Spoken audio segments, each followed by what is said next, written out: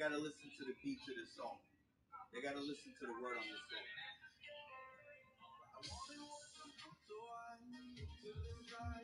Every time I come around, I get to see you. Caught up in the moment, that you got a man. Maybe I'm a little too strong.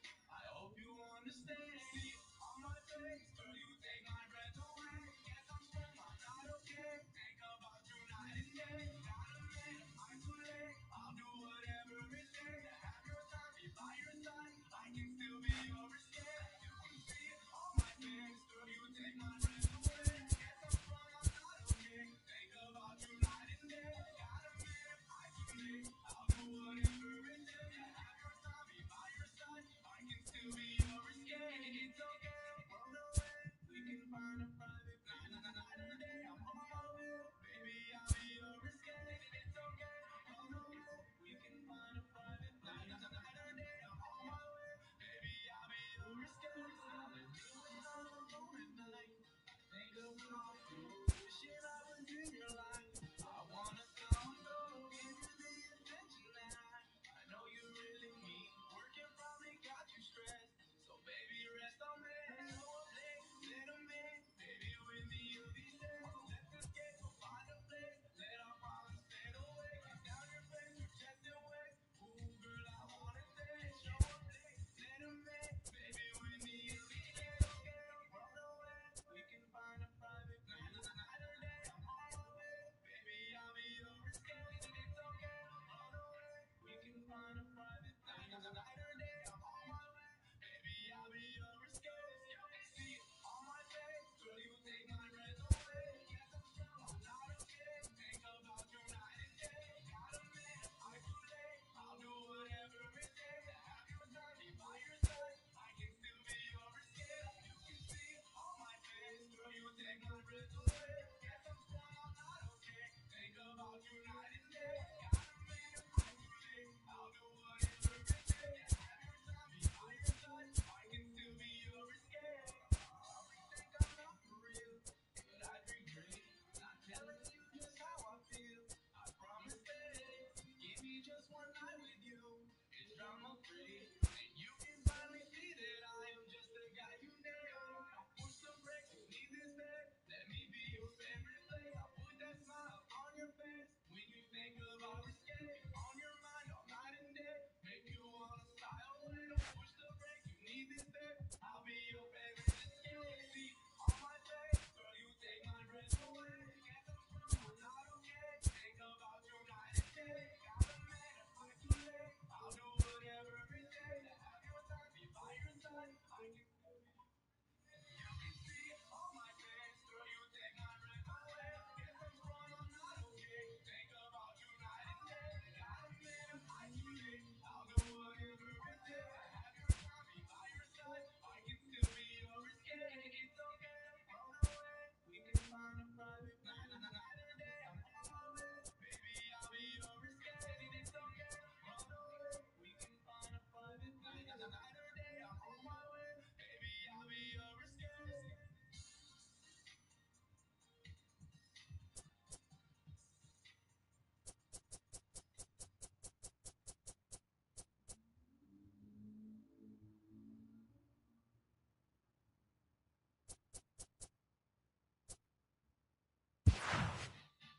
Right now at AT&T, trade in your iPhone. Any year, any condition. And save up to $1,000 towards your new iPhone.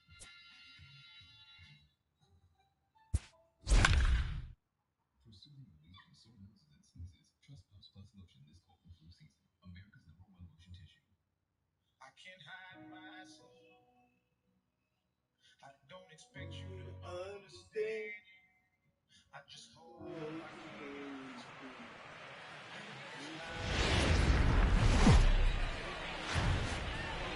Tuesday night baseball here on the show from Chase Field in Phoenix. Tonight, the first of two in this interleague matchup between the New York Yankees and the Arizona Diamondbacks. The Yankees are looking to make history here today. Can they break the all-time winning streak record? We'll see right after this. Matt Cook, a right-hander from the state of Iowa, gets the starting assignment. Dan Plesac, what do you got? Hey, this guy has really good stuff, and he's commanding his off-speed pitches like he was in his last one. He threw the ball really well, picking up the win and allowing only 2 runs. If he brings that stuff back in this one, it could be back-to-back powerhouse performances. Tonight for the So Yankees, coming to the plate, Alex Verdugo. And we are set for baseball here this evening. Ready with the first pitch. Here it comes. Line drive to center field. Marte is right there, 1 down. With that, here's a look at the Yankees starting lineup. Who's the one to watch, Dan? Well, you've really got to be able to appreciate the incredible talent of Paul Goldschmidt. This guy won the National League Silver Slugger last year. You think about all the first basemen in the league that could swing the bat well and hit home runs, but he was at the top of the heap. I love watching him swing. He's ready. Here's the first offering. Lofted in the air out to right field. Souza is under it, and he makes the catch for the second out.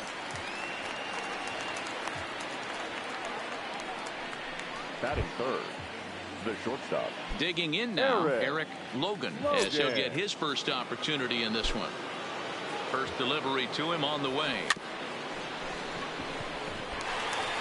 And he'll step on the bag himself, and the inning is over. So not much. Into the box, Ketel Marte. He'll lead things off here in the bottom half of the first. For the Diamondback. Here comes the first pitch. Ketel. Sends that one out of play for strike one. And as the Yankees get started here tonight, guys, they come in unbeaten and playing well here in the early going. Matty, this is the best team in baseball right now. Just a double-digit winning streak that, I mean, maybe happens to 2 or 3 teams a year. You get this hot. This team is rocking in all facets right now, and they're a fun watch. A bouncer up the middle. Oh, just in time, and it was awfully close. With that, let's take a look at the hometown Diamondbacks lineup card. Who are you focused on, Dan Plesac? Well, Matty, I'm excited to watch David Peralta play. This guy was one of 3 Silver Sluggers in the National League for outfielders. He can flat out rake. You get in that category, only 3 guys of all the outfielders in that league, that's pretty impressive. And set up working the plate is Matthew Ross, as you see the rest of the umpiring crew there. Hey, D-Row, this is a pitcher's best friend. Matthew Ross, very wide strike zone. Yeah, no excuses from the offense today. You know coming in, when you see the lineup card and Matt Ross is behind the dish, you better be aggressive. Loizaga is what you may call a stingy starting pitcher. He rarely gets hit around, and on top of that, he usually excels at limiting free passes. A great combination to have. Matty V, I think one of the keys to being a good starting pitcher, 1, limiting the number of pitches that you throw into a game, and 2, getting outs as quickly as you can. And there aren't too many guys that do it better than this guy. Not a lot of pitches. One of the things I like, he's in attack mode from the first pitch of every at bat. Ready now for the Diamondbacks, David Peralta, as you get a look at his current righty-lefty splits entering play in this one.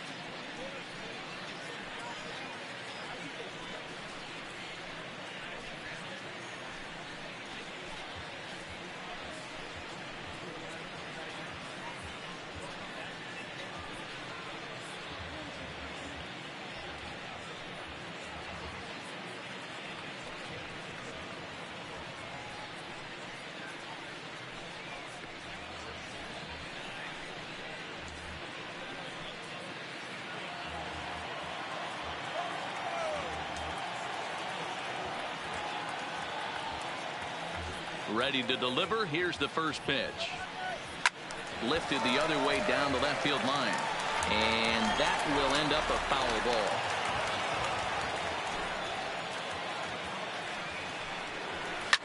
This is on the ground over to first. Bellinger fields cleanly, and he'll step on the bag himself. And here's Paul Goldschmidt now as he enters this one with an absurdly high batting average. Definitely one of the most dangerous hitters in the league these days. Hit hard to third. Oh, and he can't pick it up cleanly. And a great job to stick with it here as he gets the first out of the inning. That is big. The first baseman, number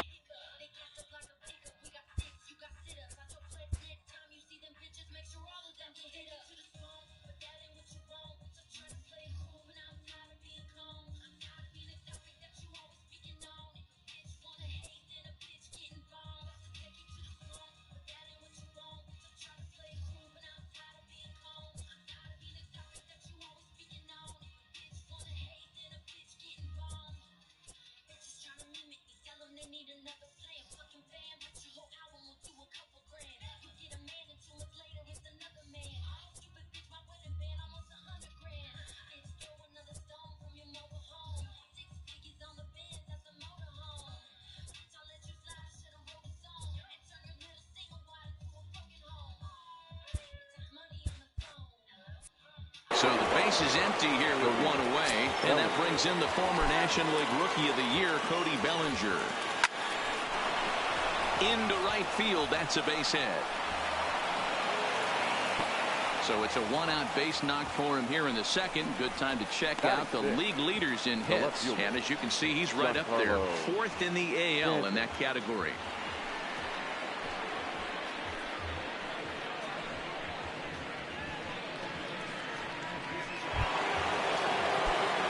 Standing in, Giancarlo Stanton as he enters this one with an absurdly high batting average. Definitely one of the most dangerous hitters in the league these days. Here's a shot to left field and deep. Look at this. Gone.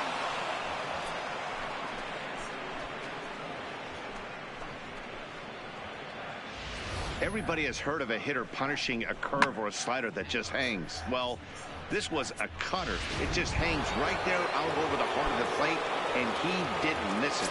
Can't leave a pitch like that to a professional hitter. Well, you can, but that's what you get. Swing and a line drive, and that's into the outfield for a one-out base hit.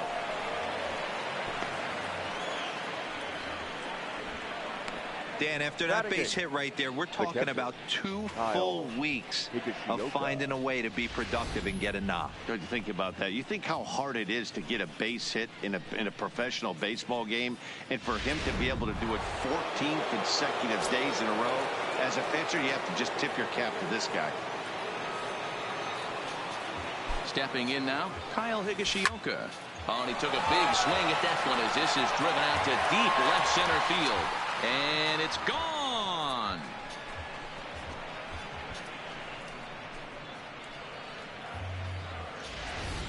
That's one of those pitches you wish you could take back as soon as it leaves your hand. But guess what?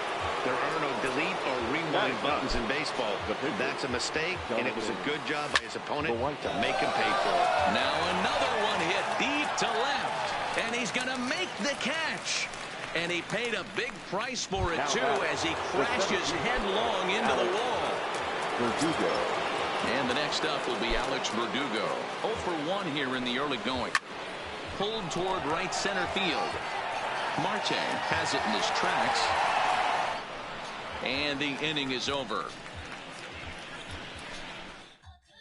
4 runs in the inning, and they come on the strength of the 2 big flies. Leading off for the Diamondbacks, Jake Lamb standing in now, and they've got some work to do early on. Down 4-0 already.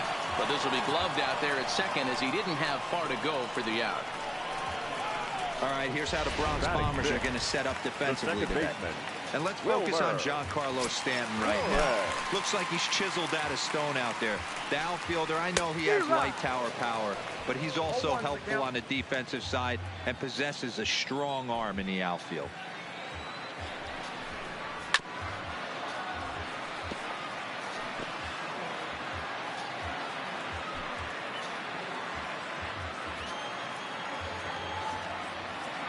0-2. Here it comes.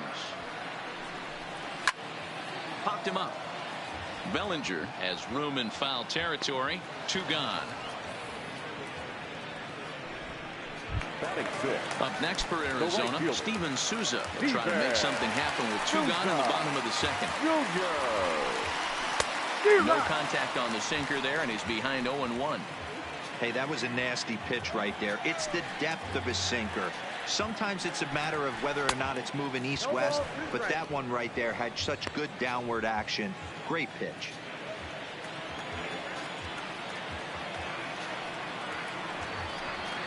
And they'll try to tempt him with a curveball, but this bounces in front of the plate, and it's 1-2. Tried to get him to chase that 0-2 curveball there, but he wasn't biting. Threw it right past him. A swing and a miss at the gas, and that ends the inning. Diamondbacks down in order. They're down 4-0.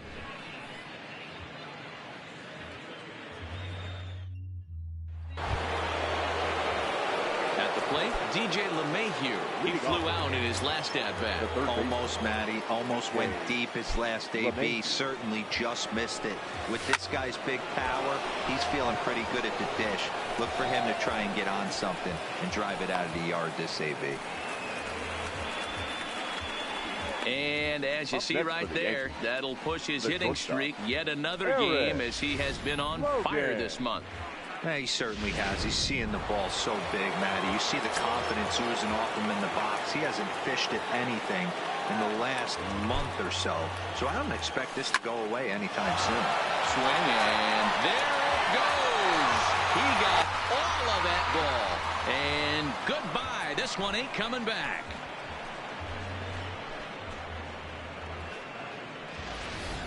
So that was the 3rd home run for these guys today. You know, D-Row, looks like the boys are dialing long distance from the batter's box so far. Yeah, the pitchers aren't fooling anyone today, Dan. Let's see if this trend continues. Matt Andriese is going to come on to pitch here, and in just the 3rd inning, you have to think he'll be asked to eat some innings. Into the box now, Paul Goldschmidt. He grounds it sharply to 3rd. Throw on to 1st, so a good comeback there as he gets the 1st out of the inning. The first baseman, number 35, Cody Bellinger. Digging in to try it again, Cody Bellinger. He reached on a single in his first try. Ready to deliver. Here's the first pitch. Line drive to center field. Marte is back, and he'll get there to make the play for out number 2. Now batting. Coming to the plate now, Giancarlo Stanton. And remember, he hit that 2-run homer his first time up. First pitch coming. Here it is. Hit on the ground out to short. Scooped up on the backhand. And the throw pulls him off the base, and the inning's going to continue. The right fielder, number 99. So it's a runner at first as a result of the throwing error. And next it'll be the outfielder, Aaron Judge. From the stretch, here's the pitch. Liner in there for the base hit.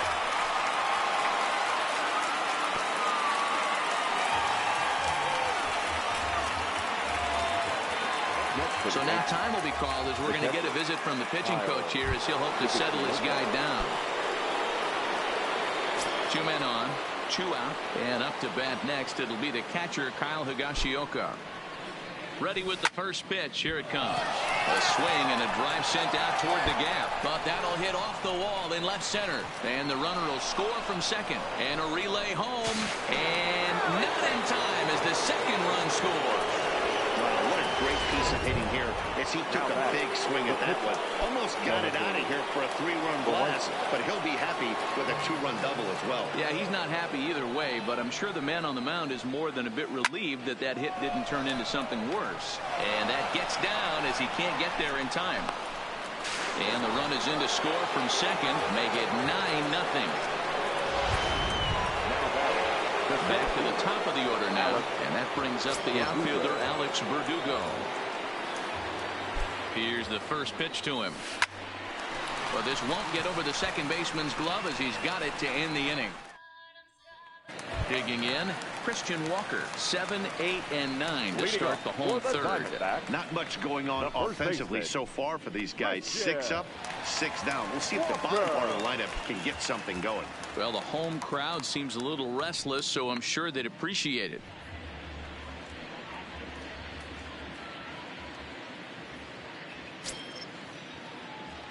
Ready with the first pitch. Here it comes.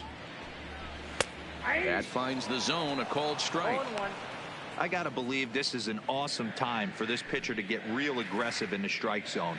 He's got a huge lead. He knows he can pound and try and polish up his mechanics down and away.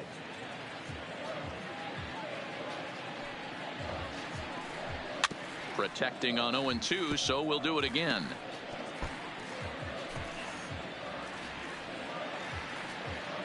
The next 0-2. And another foul ball.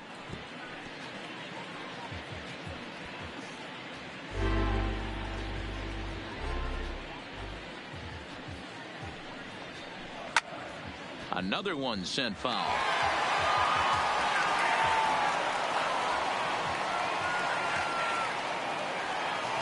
The next 0-2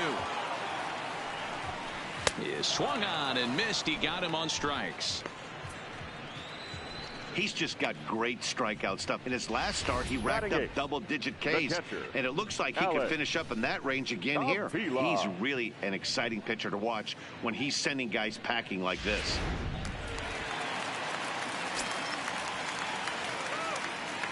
Here's the catcher, Alex Avila. As he'll take a called strike at the knees, it's 0-1. He'll enter play here with an average just over 250. No home runs just yet, and 3 driven in.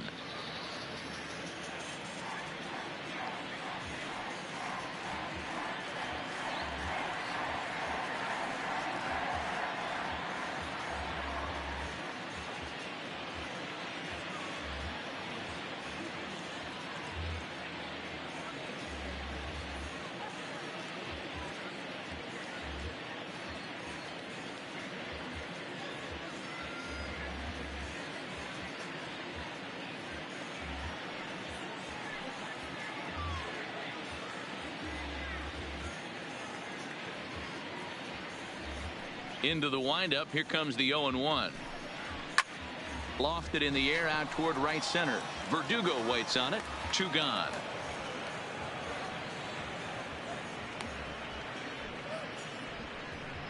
Coming to the plate now, the pitcher for the Diamondbacks, Matt Andriese. 2 away in the inning, and Dan, it looks like this could be another 1-2-3 inning for him. Yeah, he has really found a groove on the mound, and it's been impressive to watch. It'll be interesting to see how long he can keep this dominance up.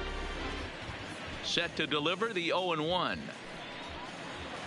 A swinging strike, and now it's 0-2.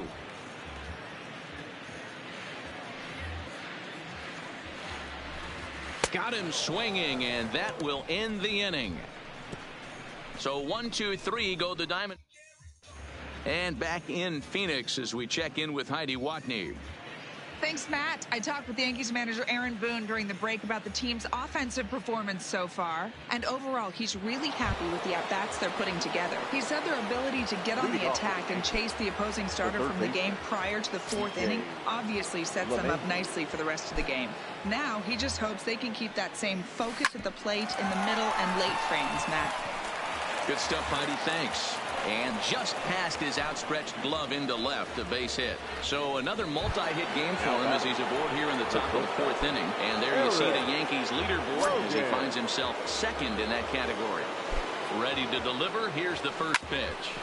Hard hit ball to second. That's through for a base hit, his second of the ball game. And that runner will go no further than second as there are 2 aboard now. Sometimes you got to tip your cap. The pitcher spotted his pitch down the zone right there below the knee. Offensive player was all over it. Swung on, and this ball is hammered. Forget about it. And this ball is gone.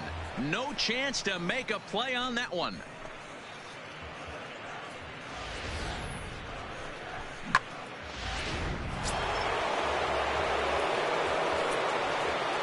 And now Cody Bellinger. And he puts it on the ground to second. Taken in by Flores. And the off-balance throw gets him. Nice play for the out.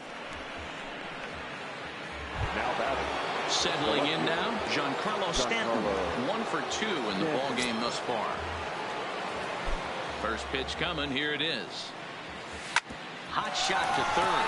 A dive, and he knocks it down.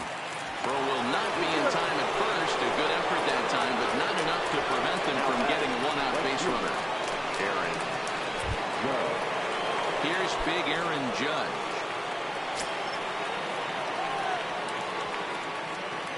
Ready with the first pitch. Here it comes. Hit on the ground to third. The second for one. On to first as they get the double play to get him out of the inning. Stepping in, Ketel Marte back to the top of the lineup as they're still looking for their first base runner in this one. No doubt about that, Matt. They've yet to figure this guy out on the mound. He's looked great so far. He has, but we'll see if this second trip through the order changes anything. Yeah, it'll be interesting to see what kind of adjustments these hitters are able to make in the middle innings of this game. The windup and the 0-1. Good fastball down around the knees there, taken for a strike.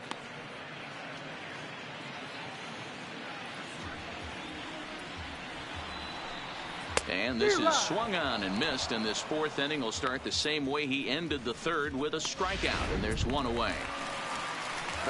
Into the box now, Eduardo Escobar looking to put the ball in play here. He went down on strikes in his first at-bat. Swing and a miss on the sinker, 0-1.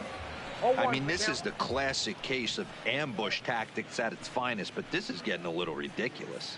I'd like to see some of these guys in the lineup work the count a little bit and find themselves on base and maybe drive this guy's pitch count up. Popped him up. LeMahieu in foul ground, and he brings it in for the second out of the inning. Now batting, left fielder. Standing in, David Peralta. He's 0 for 1 thus far. Here comes the first pitch. A swing and a shot hit down the corner. And nearly into the hit column in a big way. Instead, it's a foul ball. Oh, and he's finding his groove out there now. It's 0-2.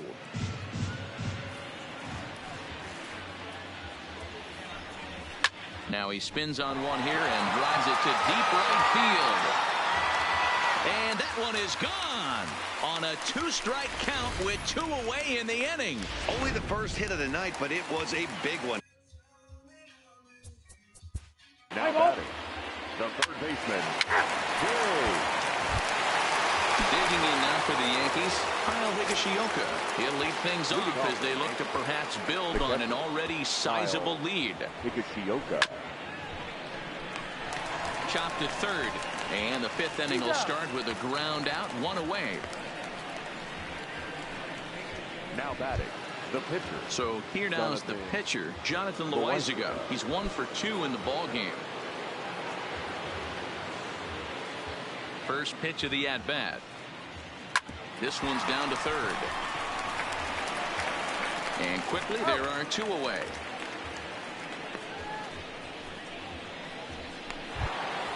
So the batting order turns over now and set to go. Alex Verdugo hit the ball pretty well in his last at-bat, but it resulted in a line out. Yeah, Matty, it's over. And he turns on one, sending it high and deep to right. And a leaping effort at the wall, but it's in vain. A home run.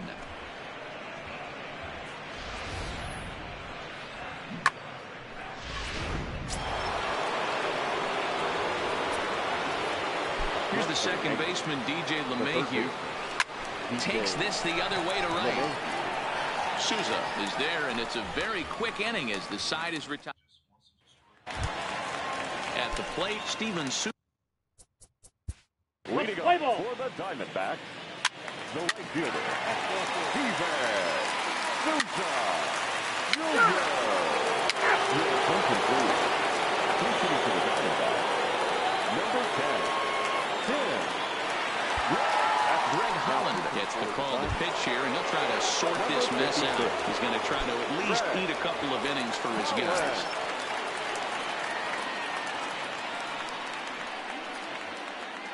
And now a pitch on the way. Grounded foul off to the right side.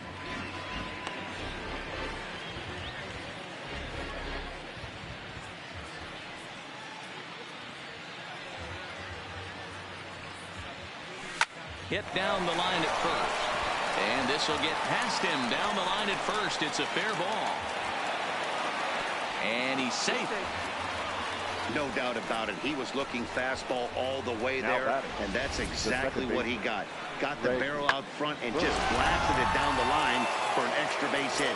Nobody out, runner in scoring position. Great opportunity here. The left-handed power bat of Greg Bird digs in now. But that finds the first baseman's glove, and that's a tough first out. The first baseman, number 35, Cody Bellinger.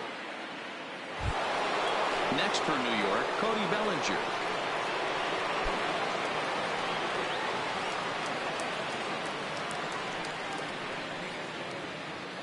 First pitch of the at-bat on its way. This ball's grounded foul.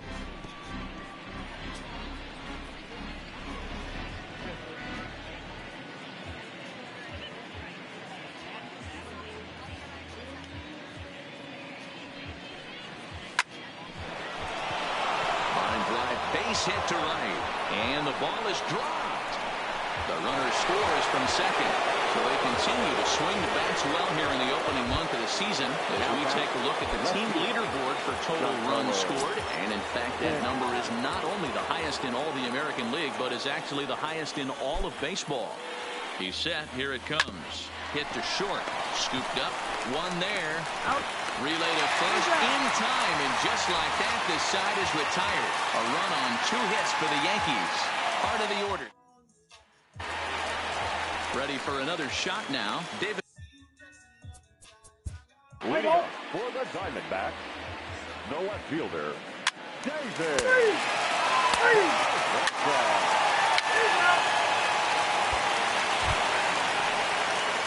Ready for another chance? Aaron Judge. He was a double play victim last time around.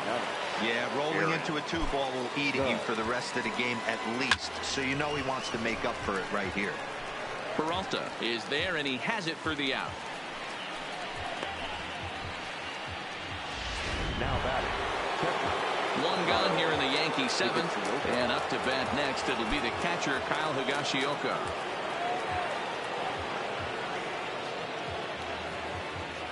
From the stretch.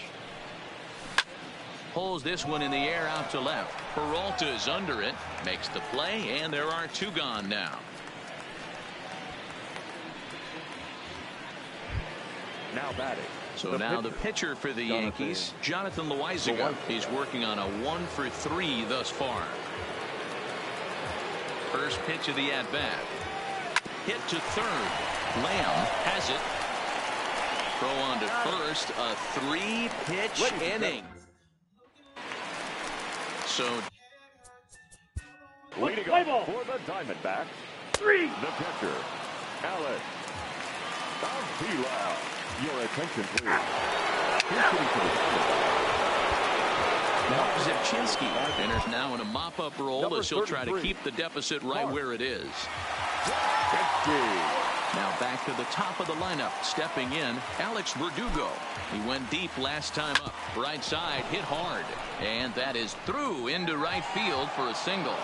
With that, the Yankees have put their leadoff hitter aboard to start out the inning. Nice execution right there. Ball was down below the knees. He stayed through it and was able to drive it for a base hit. Here's the first pitch to him. Runners off for second. High fly ball out to deep right field. And he's going to make the catch on the warning track. A fine running play there for the first out. Now batting. Digging in the switch hitter, Eric Logan. And he's got a shot at history here, but he'll need a triple to complete the cycle. He's ready. Here's the first offering. Runners on the move for second. Swung on and hit deep to left center. This one has a chance. See you later. Over the wall, a home run.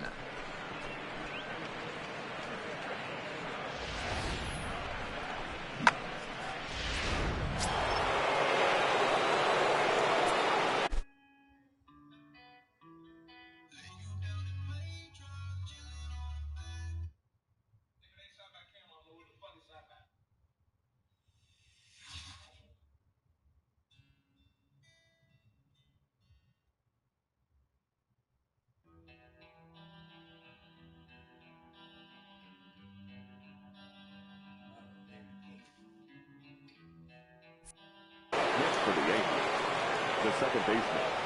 Standing in now, Greg Bird. Swing and a drive. This one's deep to right. Gone! Back-to-back jacks on back-to-back pitches.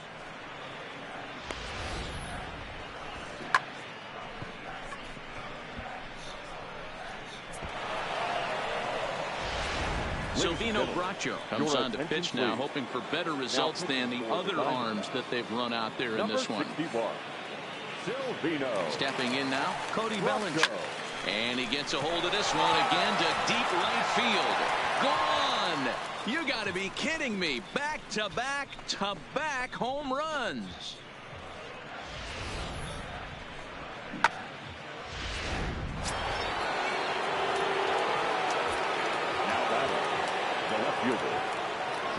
Giancarlo Stanton now. Hit hard down the line.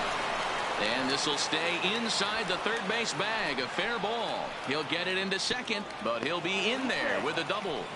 As we look again at that double here, you can see that he was thinking too right out of the box. Smashed it down the line, and that was some great hustle to beat the throw to second to earn himself a double. He's set and the pitch. Now a drive by Judge. Deep left field. Gone!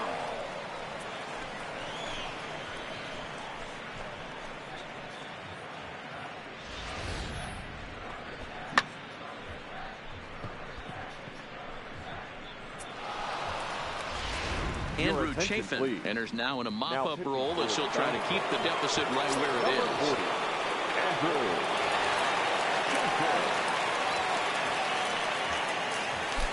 Into the box now, Kyle Higashioka, as he will swing at the first pitch and line this one into left center, and that's going to get down for extra bases. And he is into second with a double, his third hit of the night. That's what happens when a slider doesn't do what you want it to do. That was just one of those cement mixers, kind of just spinning but doing nothing. Nice job of punishing that pitch and picking up two bags on one swing. He comes set. Here's the 0-0 pitch. Oh, here's a shot out to right center. They're going to extend their lead as the runner scores from second. And he will pull into second with an RBI double. Man, it's been like BP for these guys all game long. Getting production from just about everyone in the lineup. That's the 7th run they played it in this inning alone. There's not much more else to say. First pitch of the at-bat on its way. Hard hit ball to second. Flores has it, and that's the second out.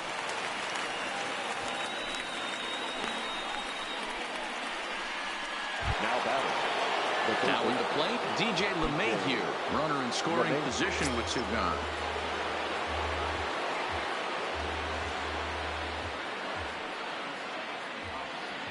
First pitch coming, here it is. Now a swing, and this ball is crushed straight away center field. Gone!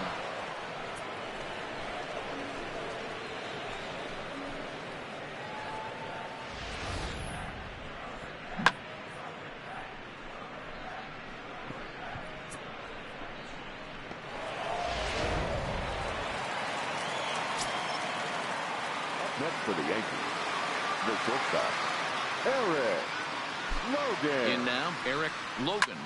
This is line to left. Peralta is there to make the catch, and mercifully the side, but not before they hang a 9 spot on him here to really open up this ball game. Eduardo Escobar. The shortstop, Eduardo Escobar. Your attention, please. Now pitching for the New York Yankees, number 45. So here's the cleanup hitter, Greg Bird. He's working on a 1-for-2 game so far. Greg Bird. Ready to deliver. Here's the first pitch. Liner towards second, and this will make its way into center field for a base hit, and the leadoff man's aboard now to open the 9th. Now in the box, Cody Bellinger working on a good line in this ball game, 3 for 5 thus far.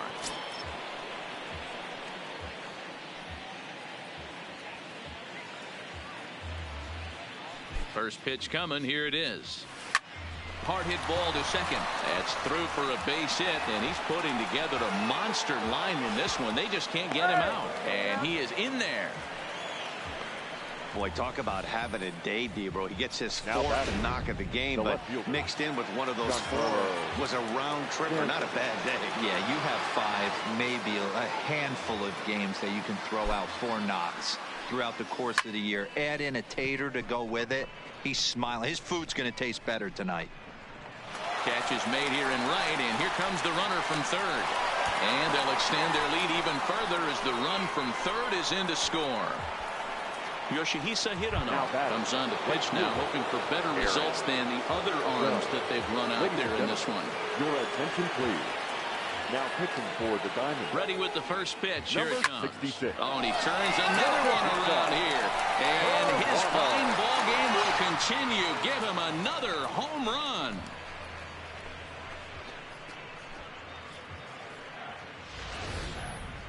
Well, the skipper called on him for a reason, and I can guarantee you one thing. That was not what he had in mind. First pitch, and it was out of here. That's a rough way to start your... Now, this one is blasted to left field, and there's no doubt about it. Back-to-back jacks.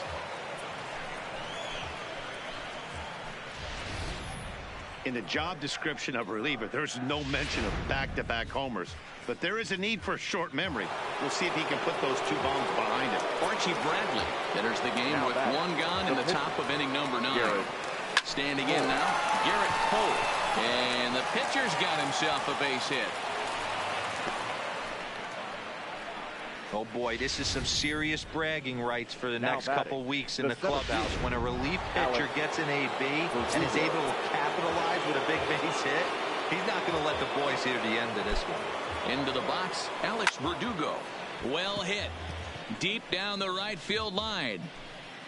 And that's going to wind up hooking just a bit foul, so a missed opportunity there. As we head toward a conclusion in this one, I think it's fair to say that it's going to be a long time before you see a team perform like this again at the plate.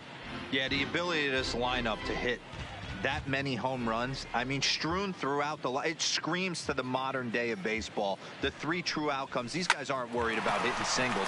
They're trying to stop traffic over that fence. D-Roy, it can't be better said. I think the day and age right now for pitchers is you have to approach just about every pitch like it's a 2-strike pitch. No get-me-over curveballs, no get-me-over changeups. Every pitch has to be thrown with a purpose. Stepping in now, DJ LeMahieu, as he'll go after the first pitch to him and comes up empty. It's strike 1. He enters this plate appearance 3 for 6 in the ball game thus far. Line towards center field. Marte is back, and he'll get there to make the play for route number 2. Making his way to the plate, Eric Logan. And we'll see if he can get something into the gap to make it interesting. He's had a great game so far, but needs the triple to complete a cycle.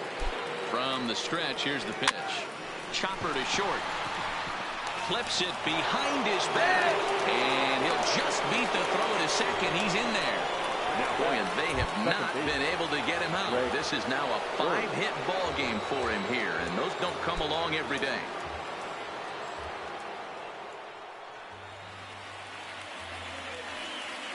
First pitch of the at-bat on its way. He pulls this one into right. Souza there to put it away and finally put an end to the inning. They strike for 4 runs in the inning, but are denied a chance. Leading up for the Diamondbacks, the first baseman, Christian. Man, they've already put the all-time winning streak record in their rearview mirrors. But with every win, it gets further and further away. We can say this now. This is one of the greatest teams in the history of baseball. 20.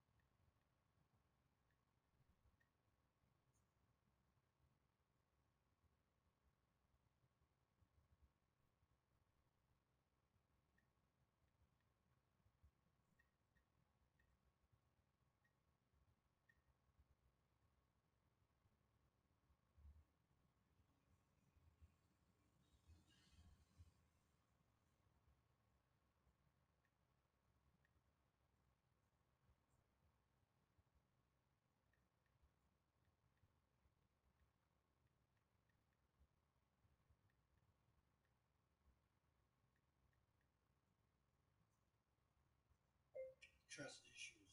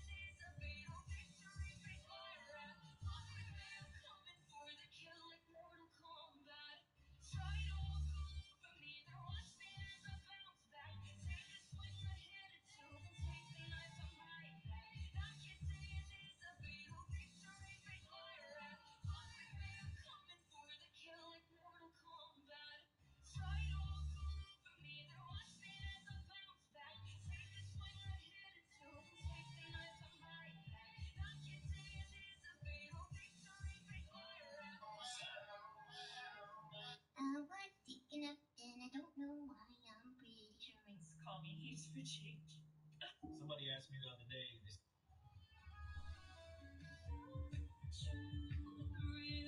Positive education. So now there's a Jesus says, sometimes I put you.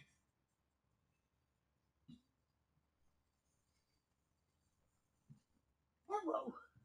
That was quick. Yeah.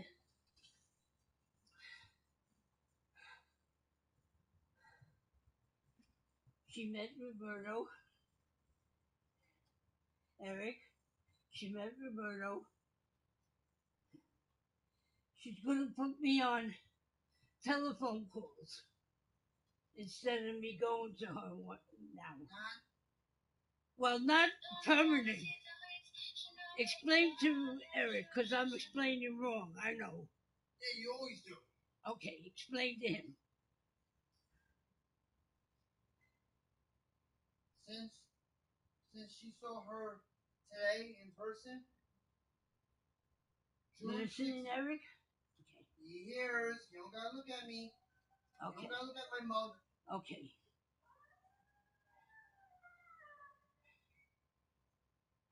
Yeah, Dad. We're back already. It was already 1, 2, 3.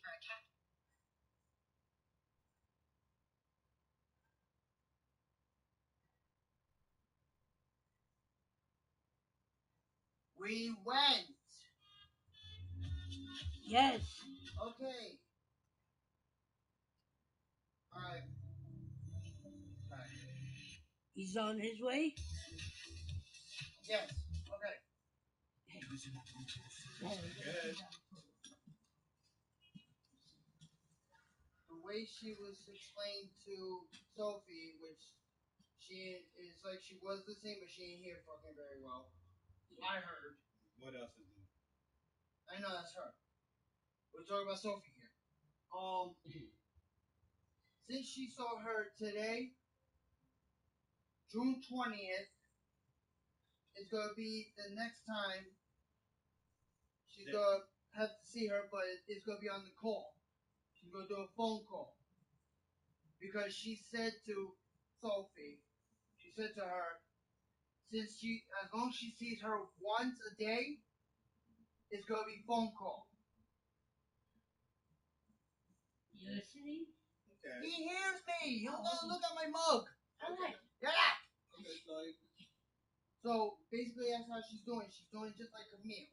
If Camille was there, Camille would see her that once in person, and then the next time it'll be on call. It'll be on call unless it's necessary. Then she has to go in person just to see how she's doing. That's how she did today. I listened to everything because I went inside and I heard everything. This one is like you said. She's deaf. I'm deaf in this ear. I can't hear nothing.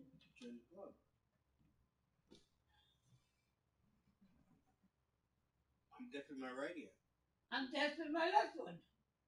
My left is perfect. Not I me. can hear everything out of my left. My right one is good. My left one is deaf. My right. And sit on it. Yes. And to answer your question, that's who called me Bob. Oh. He thought you fucking called out. Because he goes, there's no way she went to see it that fast. We did go. Between you and him, I want to fucking strangle the both of you. Dude, you can't blame him. I.e., we are talking about Sophie here. She don't want to do anything but sleep all day.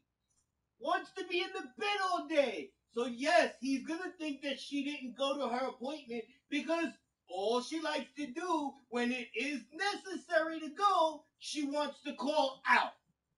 Because she's afraid she's going to miss her bed. She loves her bed. That her bed is getting ready to hit the floor. Her bed is sinking to the floor where she lays. No, Because she don't do nothing with herself except sleep.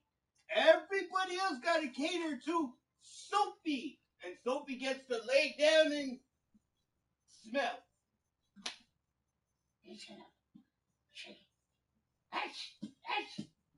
I'm not supposed to be talking this way because I got my video going and my mic is on, but I'm putting it as it is.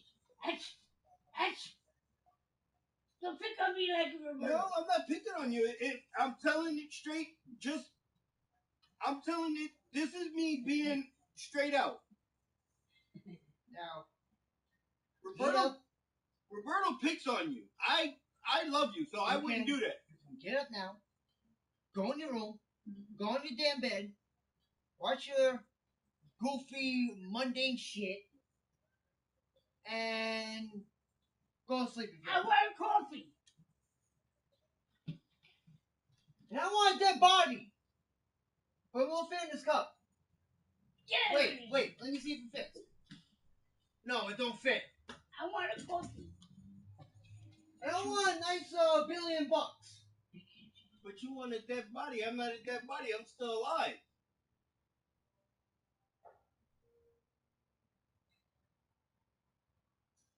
I have to admit this. You two are nice people. You two are nice. And like I say all the time, unfortunately, I have no choice because this is who I am. Thanks to my mother, thanks to you, and thanks to my godmother. Because that's the one. Besides you, that's the person I'm afraid of. I will not go toe-to-toe with that woman if you would tell me that I gotta stand toe-to-toe with her. You tell me I gotta stand toe-to-toe, I'm turning and I'm going the other way.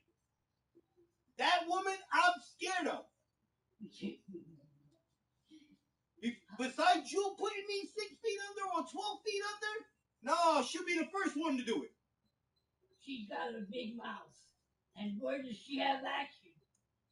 This is why me and one person, like I said it from the beginning, one person can't stand that. How did Eric out of Jennifer and everybody else, how did Eric get Kathy, Sonia, Erica, and everybody else to like me? Me! Every one of them likes me. Why? Because of, like I tell everybody else, the way I present myself, the way I carry myself. I am too respectful. I don't disrespect anyone. I don't look to disrespect anyone, and I will never disrespect anyone. If I do, I know where my boundary is. I'm gonna die. Somebody down the line is gonna end up fucking killing me. If it's not her, if it's not Sonia, if it's not Erica, it's gonna be somebody. If I disrespect anybody. That's why I respect everyone.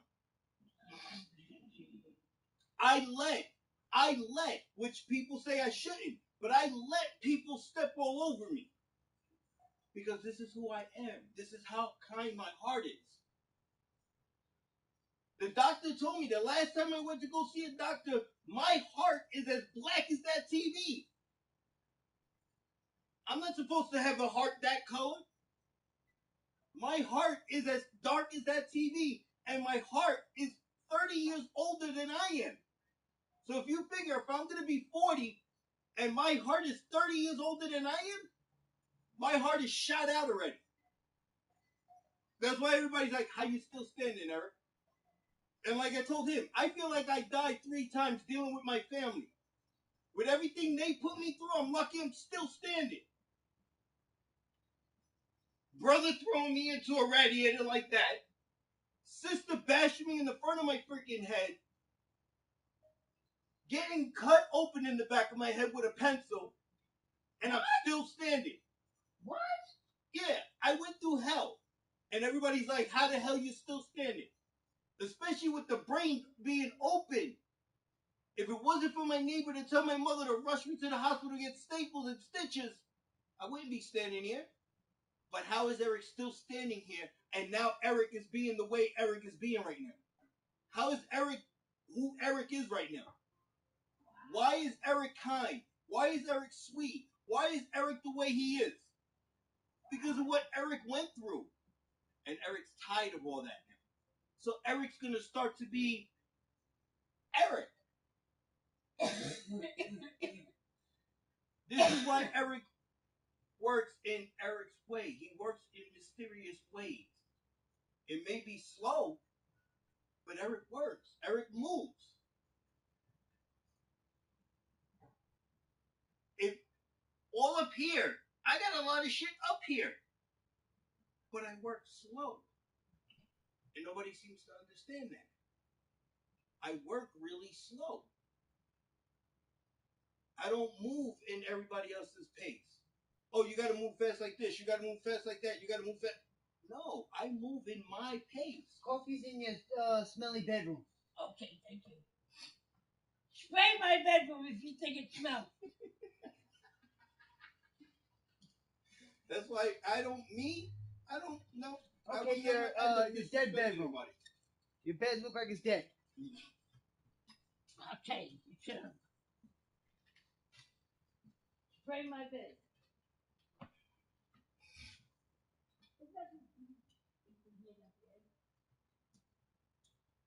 This is me.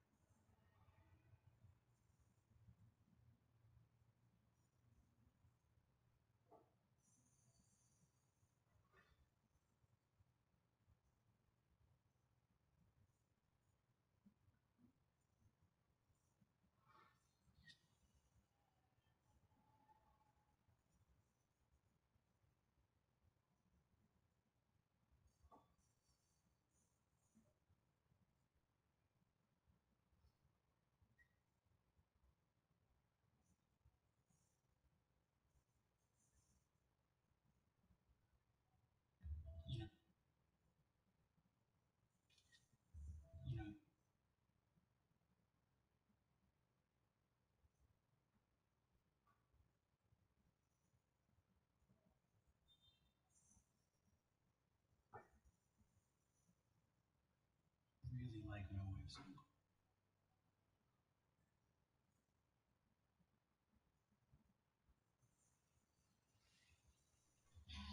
That's another fucking shit that I hate you people do.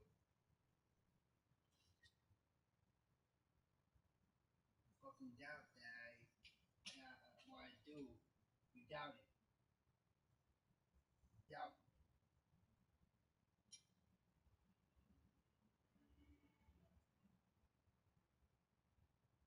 It's not my fucking fault that you couldn't take her yourself and see how fast it was. Don't fucking doubt me.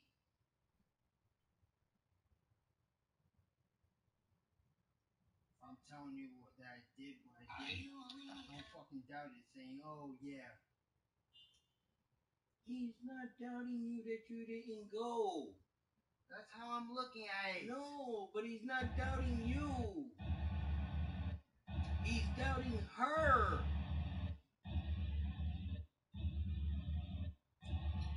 It's her. He knows how she is.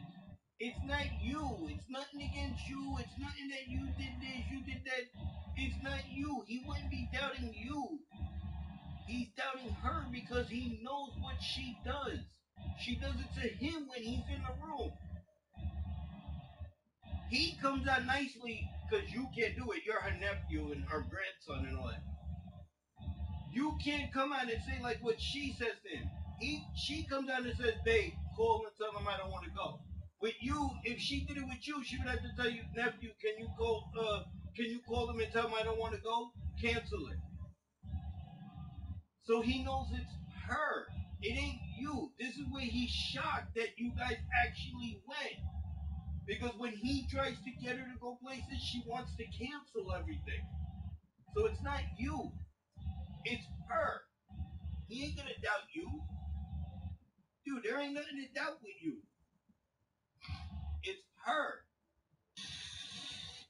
He doubts her. Because she gives him a reason to doubt. Because she doesn't want to go to none of her things. Like I said, in a bad way, as everybody heard on there, she don't like to go anywhere.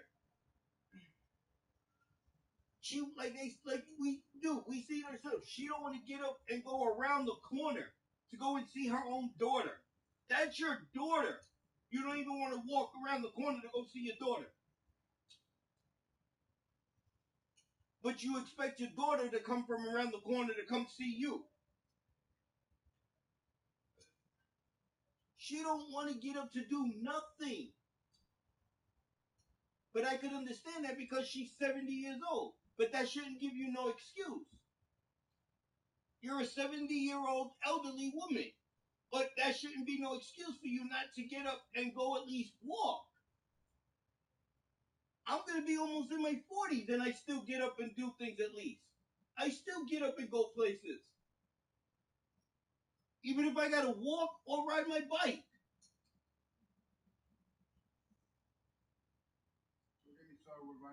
Even if I gotta take the train. Even if I gotta take the train to places I gotta go. I may be acting like this is the truth about me. Even if I act like a fucking real dick on the fucking train. I'll take a train, I'll take a bus, it doesn't matter to me. I'll go places. That's a memory I want to fucking really take out of my fucking brain. Let me start with that shit. So, that's another thing I'm not liking. You fucking roll a bike with me. Virginia Beach. In Virginia. Roll a bike with me. And now, Moongats.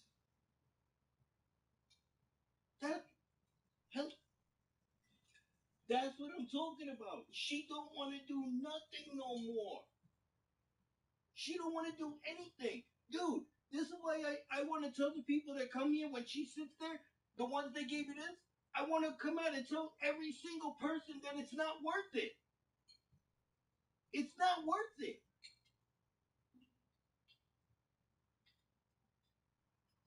She really, deep down on inside, she really does not give a fuck about her life and her health.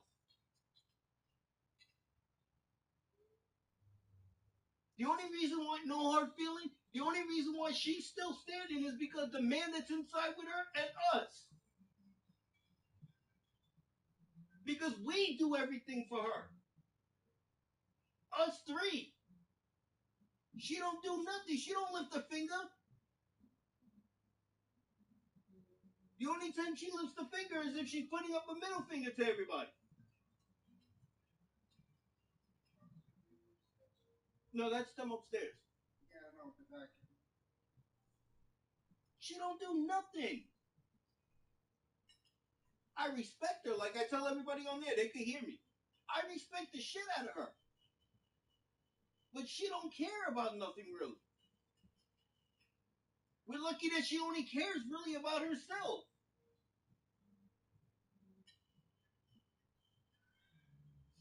We lucky that we get at least a happy birthday. Do we get a cake? Do we get this? No. But if it was her birthday, we got to make sure we go out and buy her a cake or something. We got to go buy her something. Because if we don't care for her. We don't love her. That's all she throws in our face.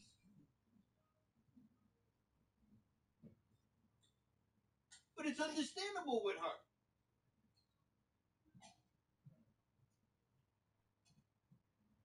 That's how she's been.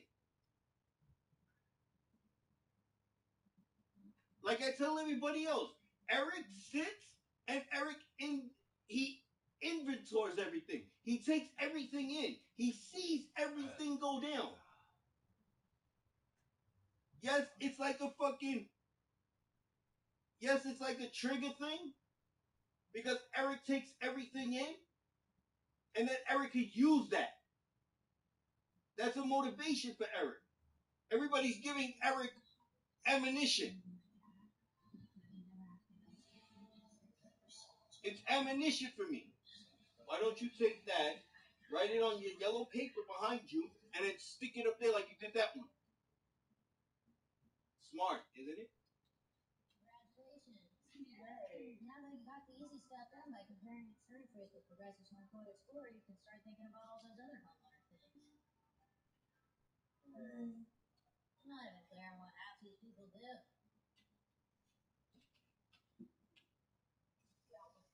With or without the flag? Yeah, well, I think the Outlaws without him is a little bit different than with him. I think this Duke team is really good. I think other guys showed that. This is why people do that. Like I just told her, this is why people love me for who I am, because of the way I carry myself. I don't carry myself to be disrespectful. Never. You should raise the bar here a little bit tonight. It's about survival.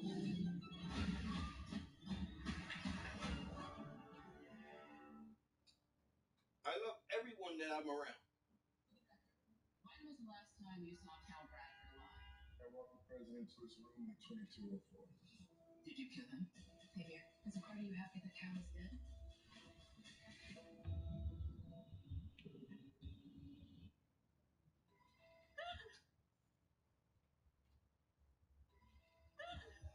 So what did you guys see up there?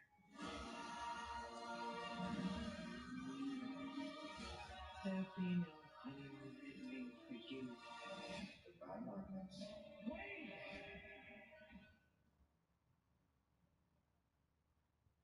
Why do we keep doing this? I thought it'd be fun. This place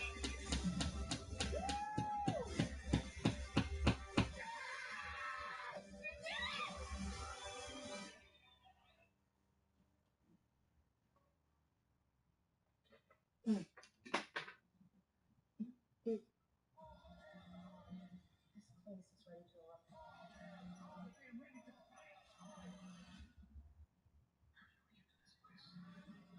Now you have no more excuse.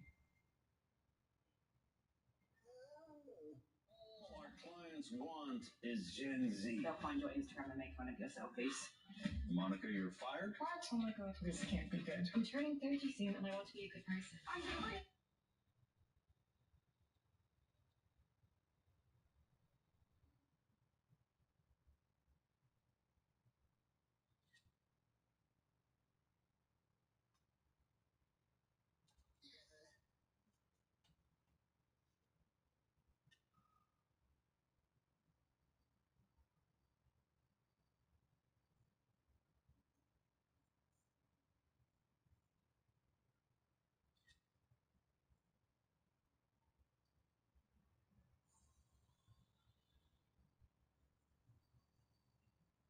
I make mistakes? Yeah, I do.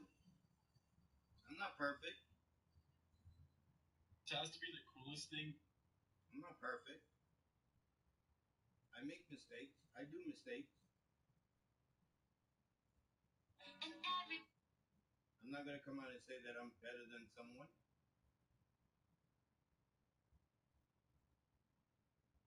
Older your car. I'm not better than no one. I'm just me. So you have company over.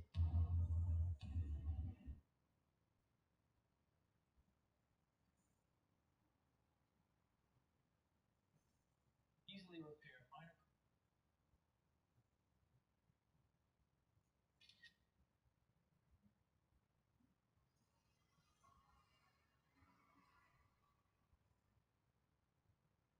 I'm not perfect. I make mistakes. A lot of people may hate me. Okay, hate me. I ain't gonna cry over it. That's like me crying over spilled milk. I'm gonna cry over that? Hell no. I don't need to cry over spilled milk. You hate me? Good for you. Like I tell everybody, I wasn't really born here for you to like me. I didn't have my mom give birth to me and say, oh, when you get to here, you got people who are going to hate you and like you. I'm not here for you to like me. You don't like me? Good for you. You like me? Oh, well, then I like you too. You don't like me? I still like you, don't worry. I like you, but you don't like me.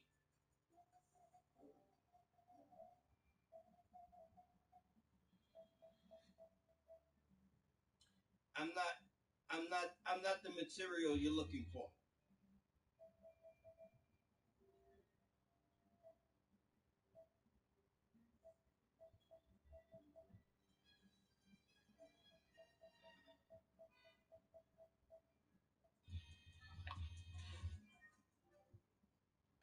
I'm not what you're looking for.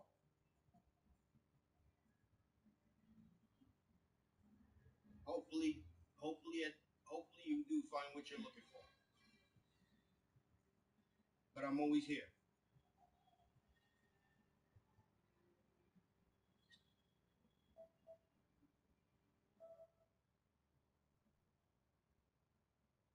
You need somebody to lean on.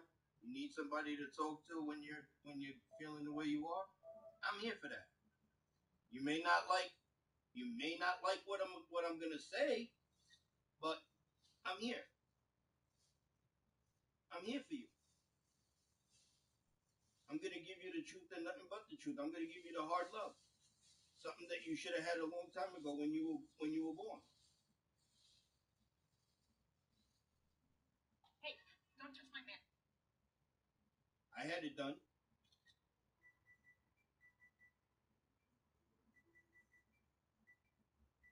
But I still make mistakes because I'm not perfect.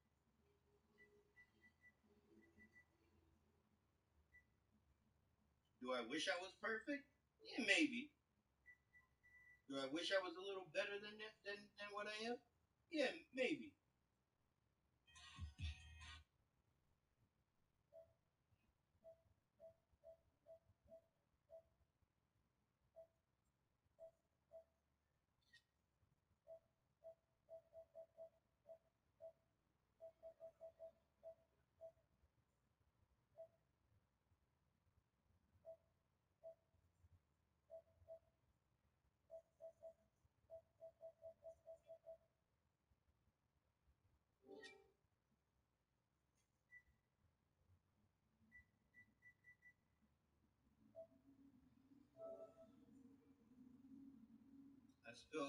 I spill my heart out there for everybody. And what do I get?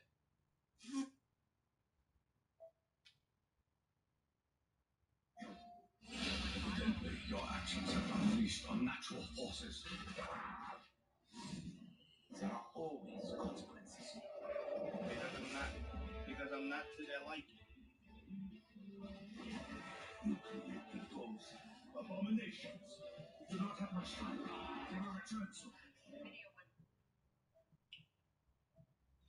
I'm not demanding. I'm not controlling. I'm the person who you could step all over. The bad part is I'll even let you beat the shit out of me. When you're pissed off, I'll even let you beat the shit out of me. I don't care. I ain't gonna hit you back.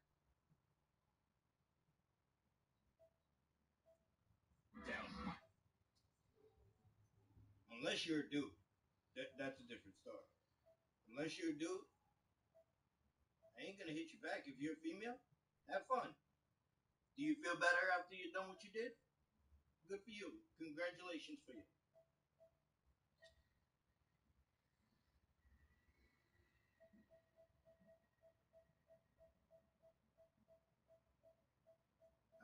I'm not my father. And thank God for that. God bless my father's soul, but I'm not my father. My father would have done it and not gave a fuck.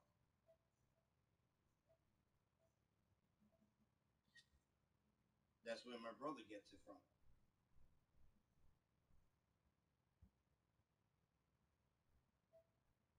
He picked up after my dad. Actually, he picked up from our dad. Mine and my siblings.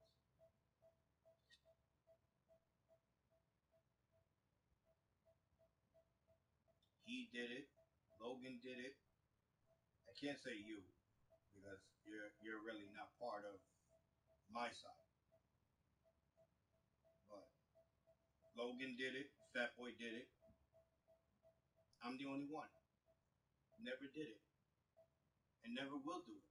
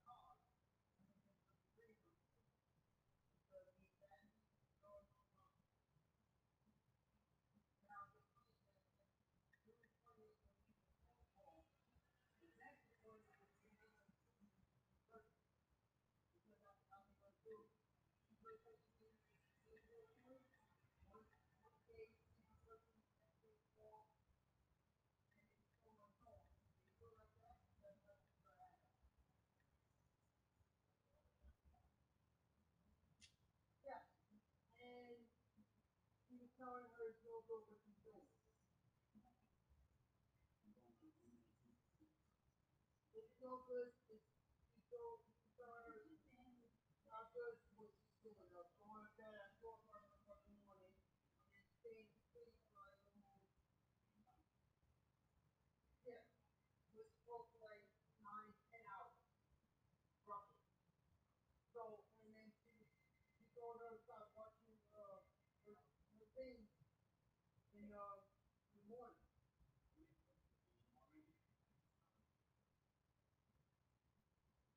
She didn't listen to the damn therapist. She's gonna listen to anybody else. Oh, I want to have a picture of that if he does. And they were talking to me again. Tell him what you remember. Oh.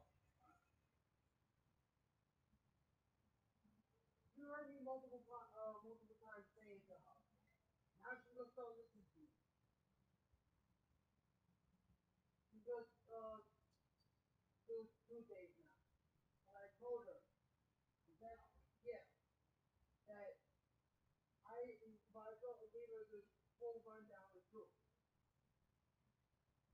Then she takes one Friday, right? She takes off this 31 and puts the clean one on. Now I told her you will agree with me. Right along, she put the clean one on for 5 days straight until the next Friday.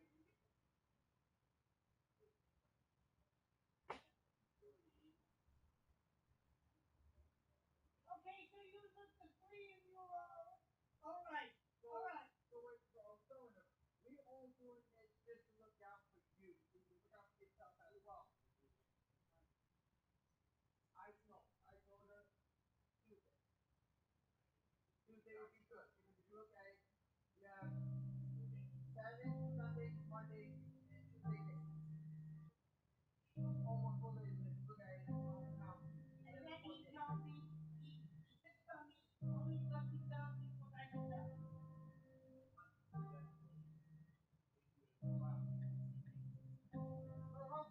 That's all I'm looking out for you. Kevin Everett loves me.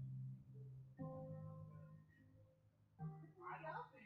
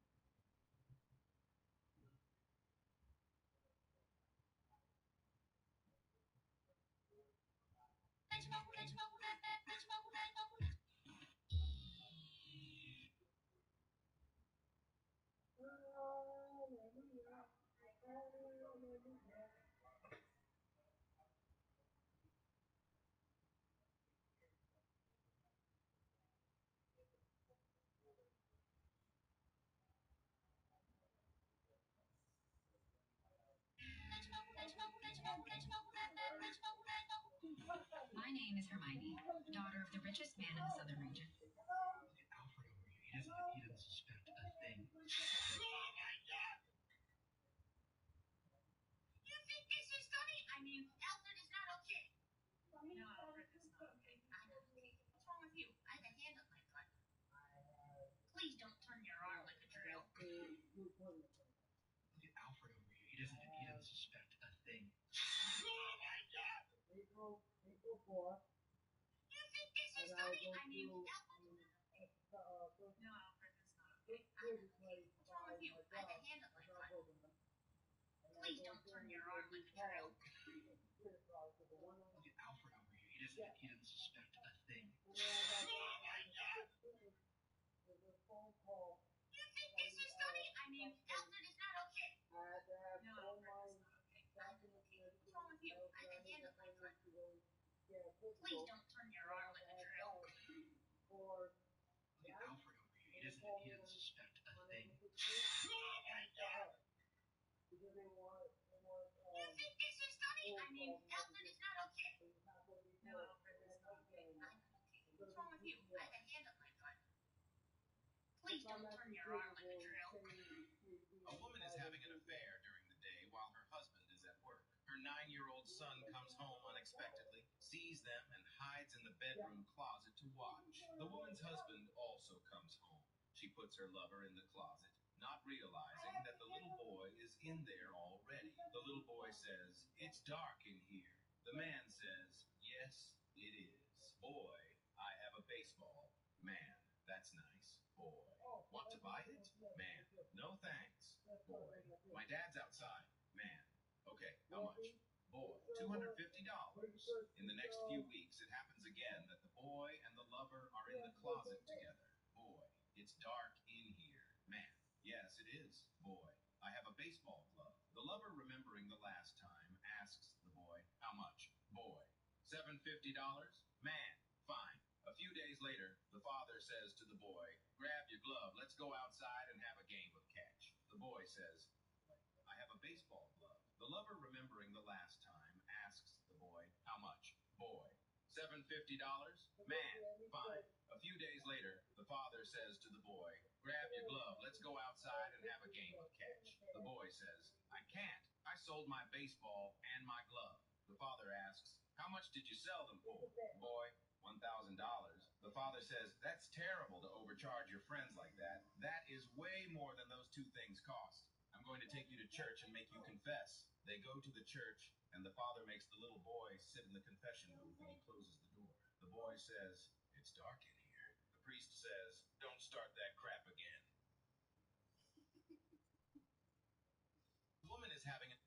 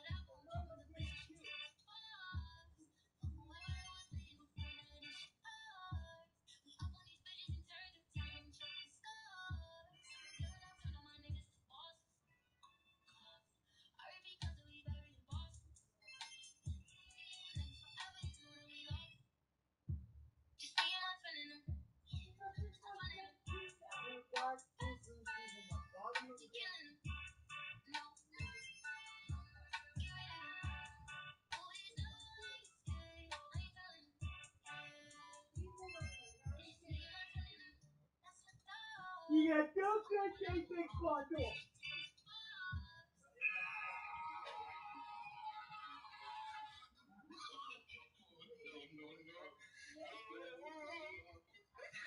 That's the good way that once you're in the freezer, and we say all the way down.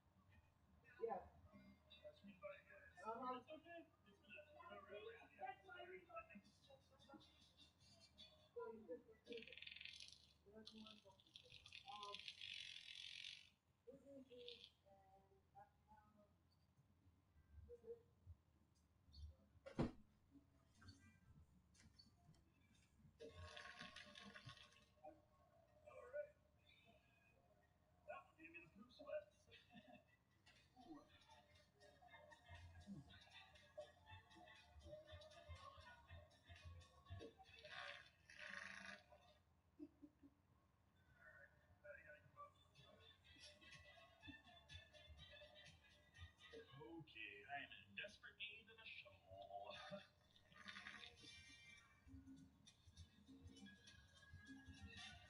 What the fuck?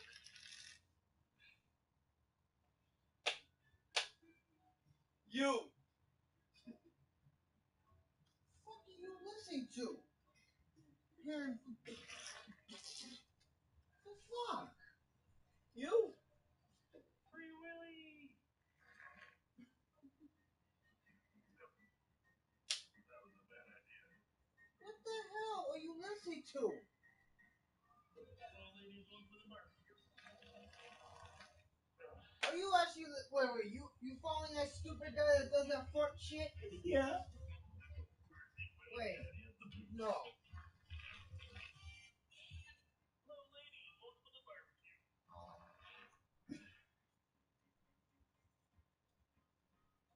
Shit, wait, shit. Sloppy farts on public. The best ever reaction. No. Shits and giggles. Oh, alright. That's bad news bears.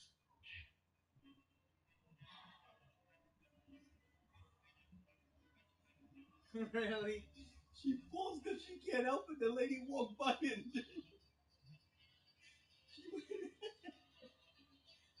You also falling with that?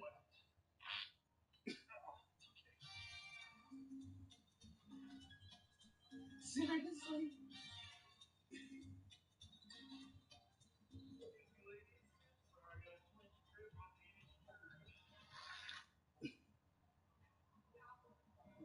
that's foul.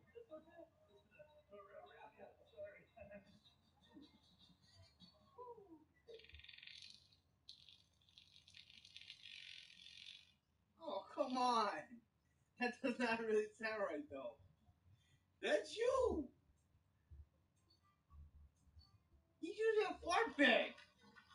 He's using the thing that's in his mouth. Yeah, that's what I'm saying. He's using a fart bag. They gave me a pink sweat.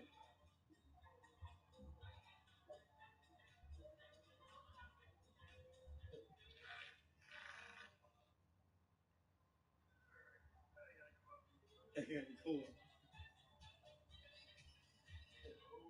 I'm in desperate need of a shovel.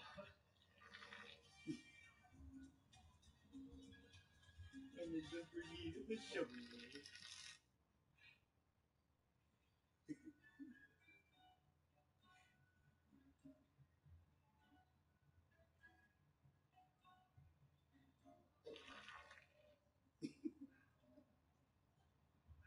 No, he's doing like a homeless person would do.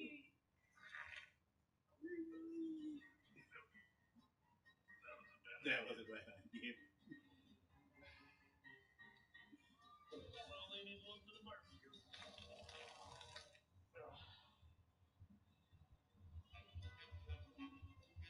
What was that? Pardon me, quiet daddy at the poop room.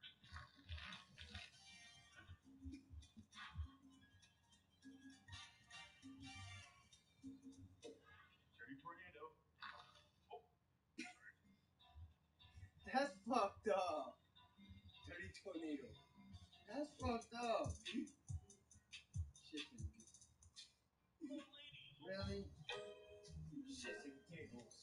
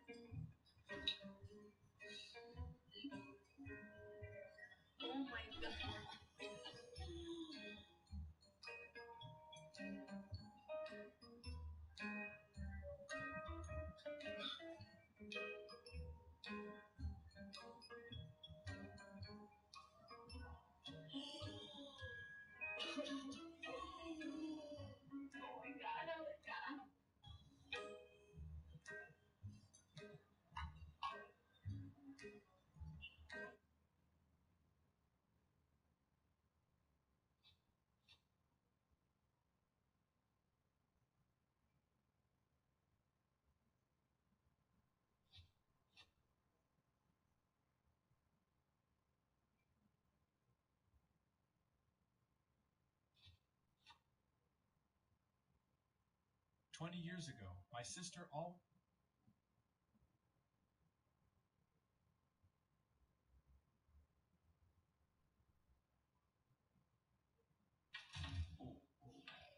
Whoa, okay. Okay, so. Two elastic bands, yeah, I see that. Yeah, I see. Yep. Wrap it around the chain. Around the chain, okay. Yeah. I see. So I'm doing here. Yeah, I see that. Thread it through. Like that. Okay. Yeah. Right, yeah, I see that on the chain there. And you need to pull it along. Okay, pull it along. But this is very much, the lock is very much still there. There's no way you could get in here, but you're saying this rubber band is going to get you into my room? Yes. What? Right, and the reason I'm showing you this is because I know this has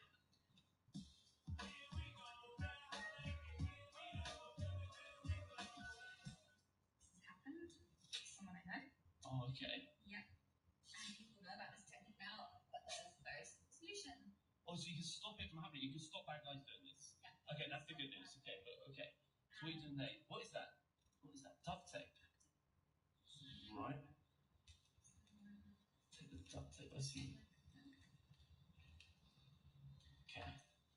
Whoa, whoa, whoa! Whoa! How are you reaching so far into my room? That's crazy. I didn't realise you could get so far into my room. Okay. But you've just attached that to the back of the door. Okay, I still don't quite get this, but okay. Next piece of tape. Take another piece of tape, okay. Right, okay. So this one's slightly different. Right, okay. So, what are you doing? Oh, okay. Oh. See, Earning Skyward Miles to spend on flights, upgrades, and more is easy. It's as easy as booking hotels, shopping on. Fold it over. Right, so you sort of made like a label there. Yeah. See how there's this sticky bit? Yeah. Oh, wow. So that's right. Okay, so that you've got the rubber band around there, up there, to the chain itself, which is still locked in there. There's no way you can get in there. The back is still here, right? Right, So okay. you want to pull it along a little more. Let me see. Let me see. So it's the very end. Oh, okay. So you want to get in right. Oh. Wow. Wow. Okay. Okay, cool. Okay, that's really good. Okay, so you've got the tension on the band there, Turn the band. and this is going to unlock the room. That's ridiculous. Okay, well, I haven't touched anything, and I want to see this happen. Okay. Outside the room. Okay, I'll stand back. I want to see this happen. Ready? Okay. Yeah. 3, 2, 1. No way. That's ridiculous. How do you? Sound on for recreating the spaghetti bolognese they found on Facebook. We can make it happen. That's just unlocked. That's how easy it is. Oh my gosh! But how do you stop it? I don't want this happening again. I don't want this happening again. Key point is to stop it because we don't want it breaking into our room. Right. Okay. Make sure that's in there. So you put that back on, right? Yeah, and you just Take the duct tape. exactly the same thing. Same. What as the they would do. Other side. Oh. Other direction. I get you. So then that's just you just stick that to the wall there. Stick it the other way. Other side. And then that means there's now. Oh wow, that is. Yeah. There's no way anyone's getting in there now. Okay, that's amazing. Festival season is my time to shine, so let's get to the slam. The base is done, the glow is going. Well, thank you, Alex. That's amazing. All right, I'll stop that happening. Sin City was Arabia. Sin City was Arabia. Sin City.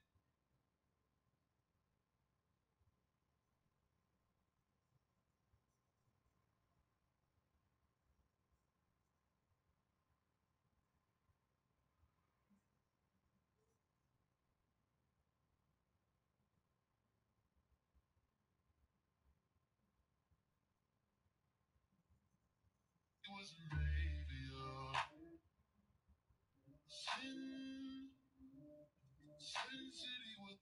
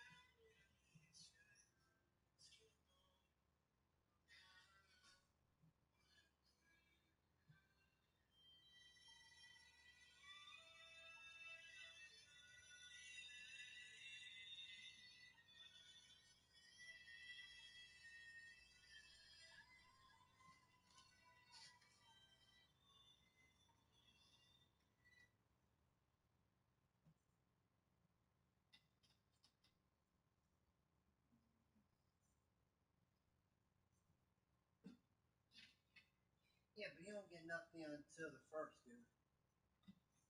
We're nowhere near the first. How you gonna get your shit? We're nowhere near the first. How the hell you gonna get it? What's tomorrow? 21st. But you're nowhere near it, dude. The first is following week. You're nowhere near it. You haven't been reading WhatsApp, have you? What, another stimulus check? I'm getting my thing back. What I gave. What? What's that? What did I give one person that day that I was running late for? When we were leaving on Friday. What, at your sister's house? When we were going with him on Friday. And I had to go meet with somebody to give them something. You can't stand the guy. Carmine? You like Carmine. You Frankie? can't stand the guy. Frankie? Bear. Oh! Wait. I'm getting it back, what I gave. So what, you gonna try to use that money for what? I could use that money to go get what I need. What happens if we have to fucking get patches for the fucking new brand? She's giving it back. I know she is, but then she told me once she gets the new name and then she's find out giving the new it back. design and shit, then she would tell us how much. She's giving it back to me, the 260, because it may be less than 260. So when I get my next check, when I get my next one, when she's ready for the name and everything, I give her back the money. Since it's not less than 260. It's gonna be less. Okay. Because there's not that many this time around. When the way she was saying the name, it's not gonna be that many coloring and that many the design. The design is gonna be the same of what she had on the black shirt we have, and the coloring is gonna be just a plain color. So everything's gonna be probably less than what the one we have was that cost us. That one actually basically almost costed us over 260. But that one we didn't have to pay for because we had one person do it for free for us. Dude, that 260 ain't gonna be enough to get what the hell you wanna fucking get. Yeah, it is. 8 comes out to 40 something. And then the two that I get, the two big things, only cost me like, you say like $30? Alright, roughly that. Add that all together then. Add it all together. You don't need a calculator? No. What is I'm gonna do it this way. I'm gonna do it this way. What are you saying? You said what, 20 for 40 for 8 of them, right? It's 20 something or 60? The guy charges me around 40 something. He charges me, for like 8 of them, he charges me like $40 something because 40 what? He's taking it off my food stamp. 40 what? You Wait, got no. Not 48. Guy, give me the right number so I can calculate in my fucking head, dude. He does about 84. Okay, wait. 84, right? Plus these are 30, like you said. Right? These are 30. About 30. For two of them. It's 2. I don't know how much he charges for one. I don't know. One is 20. 20 is 40. Okay, so he roughs it around like 30 because I'm using food stamps. He needs the extra so he don't get in trouble. So use the food stamp for this is okay. But our cash is 40 for both. Yes. So food stamps, like that's why I said around 30. That's why you figure 84 plus the 30.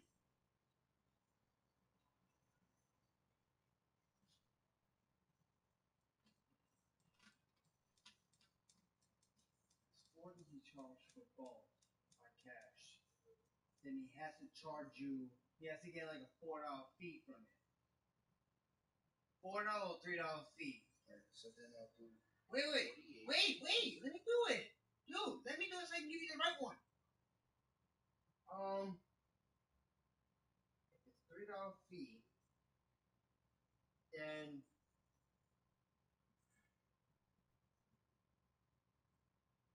he charges you $37 by food stamps. Because he needs a $3 fee. Because it basically, technically, for these, 20 each. So it's $40 flat. So if he's taking off your card, it has to be 37 because then he gets a $3 fee off of that. Yeah. To make it add 40. The last time when I went and bought 8 packs, and the 2 of those, it cost me $100 and something. It cost with my food stamps that I use, it cost me $100 and something out of my food stamp. That I got really pissed off because I only get out of food stamps, I only get $2.13. Wait. Now you really mind fucking the shit out of me. Hold on. Wait. I gotta see something because I'm even getting myself confused. Unless it goes to. How the fuck does it go so? It came out to 100 and something when I went to do it. Dude, do you still have the receipt on the fucking thing that or you don't ask for a receipt? No, I have it, but the receipt once. What you do by? When I get the receipt, when I hold the receipt, I put the receipt either in my drawer or it's done and I throw it out because it's done. Well, fuck to throw something at you. Because then I can do the calculating of the 8 cigarettes in the fucking tube of vape. I'm trying to see something because here, what I get, I only get 219. So you figure, out of 219, I flipped the fuck out that day. Because how the fuck do I only get 219? And when I went to him to get the 8 packs, and then the 2 of those, he took almost out $100 and something fucking dollars he charged me. Do you put in the bottom? No. The drawers was split, so that's not what you think it is no more. Oh! Fuck you up.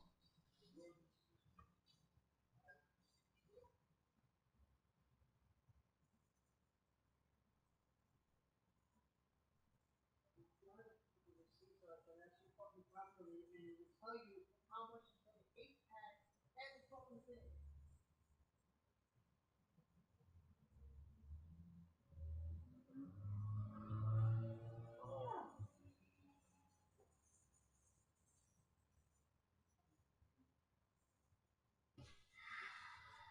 You making this shit help work.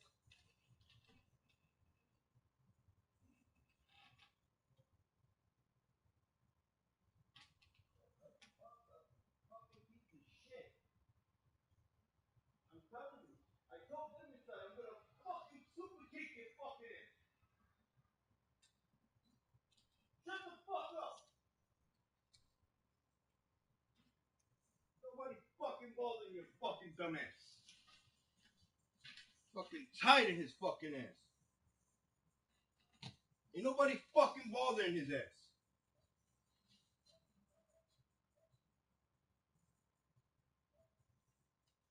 Just because I go in the fucking hallway to go check my fucking sweater. Got a fucking growling shit. Shut the fuck up.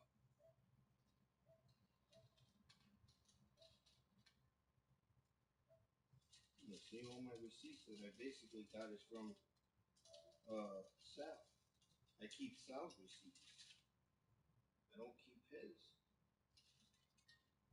I keep Sal's receipts because Sal's receipts, if anything is missing on here, then I know what he charged me and what he didn't charge me. I don't keep the other one. But I know he charged me when I went there for the 8 that I went and bought and the two flavors, he charged me over 100 and something, and I only get 219 every month. It's impossible to charge 100 something. It really is. Yes, it is. Dude, I say the same thing every time when I but go. You gotta keep the receipts so I can fucking No, help I you. No. I do get the receipt. He gives me the receipt. But like I said, when I get the receipt, after a while, when I keep the receipt too long, dude, here, look, like I just showed you. This is what happens to the receipt if I keep it too long.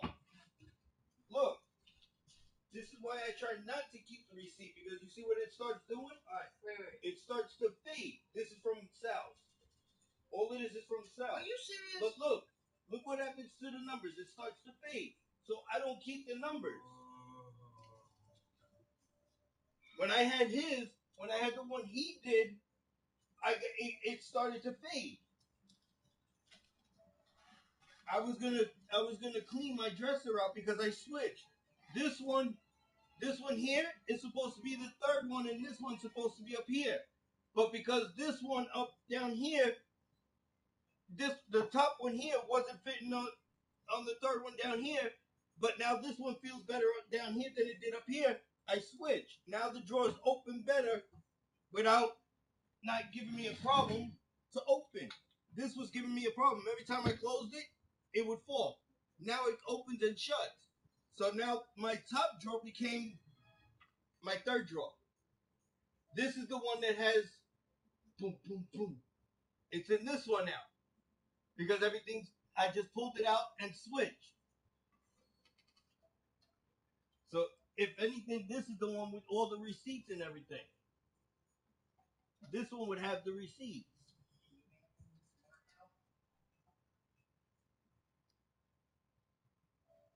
I won't find any of the receipts now because, like I said, I don't keep them because they get too old.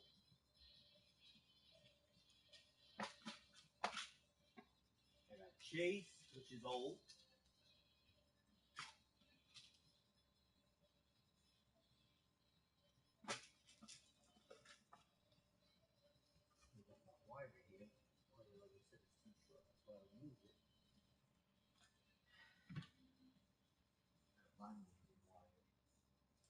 Another Chase.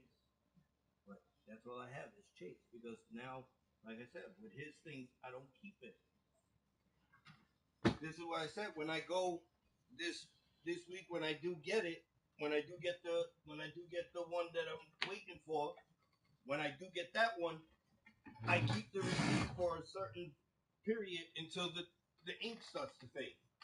Once the ink starts to fade, that's when I get rid of it.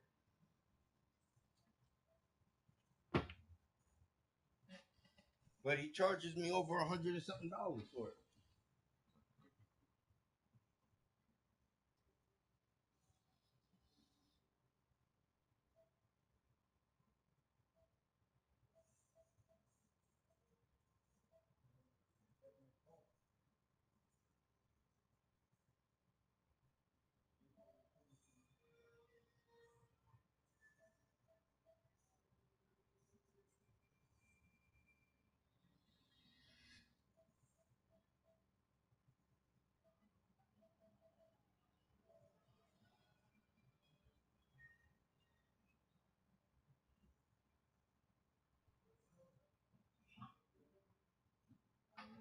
But I like the color.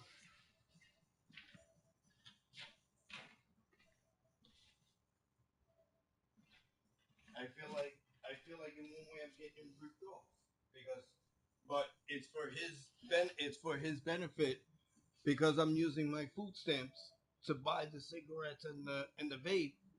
I'm supposed to be using cash for that, not food stamps. But because I'm using the food stamps, he takes the extra cash for it. So he's using a little extra out of my food stamps.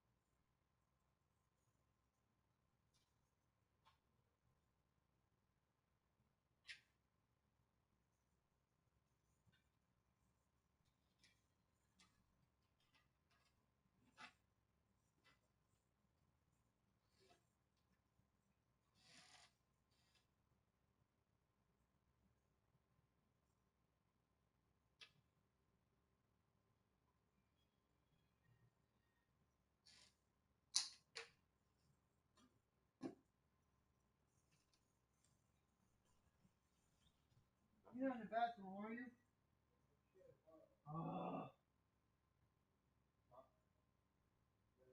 No.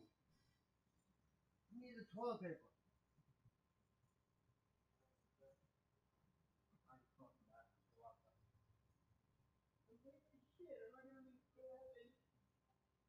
I just need to grab a fucking toilet paper.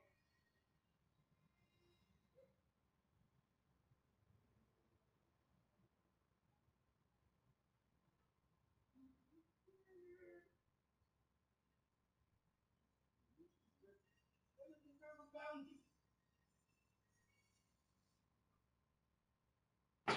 Yeah, you'll be my bounty. How about that?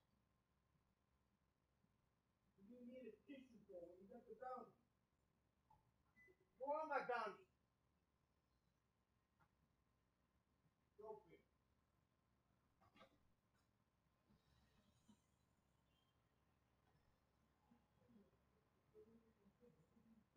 Because if it's soft there, see, you know, your bounty. No, it's back on my shit. How'd you know? Because I did it one time.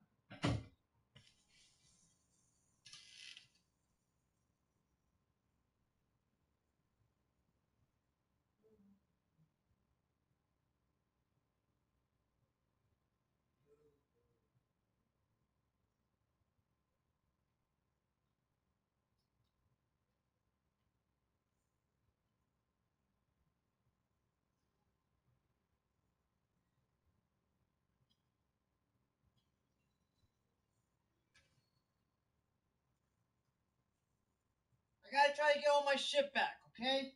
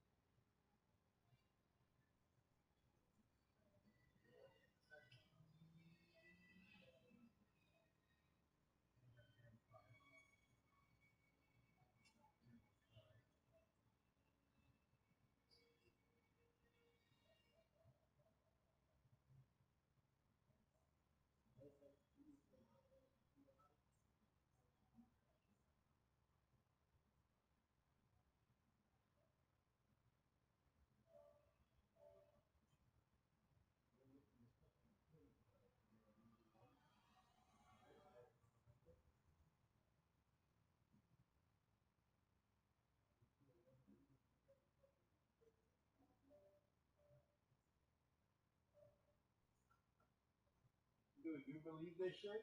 What? Or it's like we always say.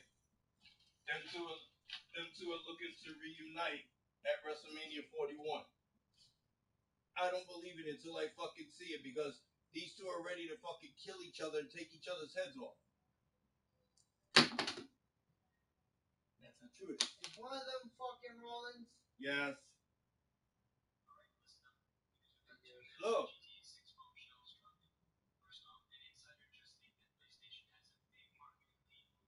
Look.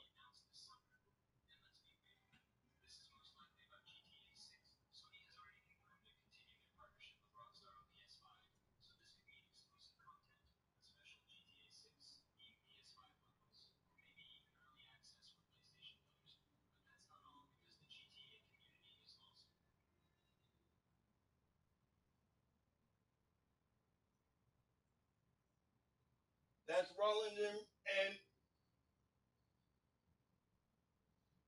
they're looking to reunite the Shield.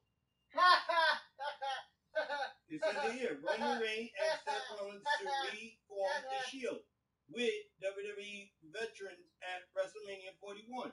That knows how to make her laugh. That knows how to do good jokes. It really knows how to do good jokes. Oh, that really got me there. Ooh. Wow, that was so funny. Damn, that was really funny. Oh, I needed a laugh. I really did need that laugh. Holy shit, that was really funny.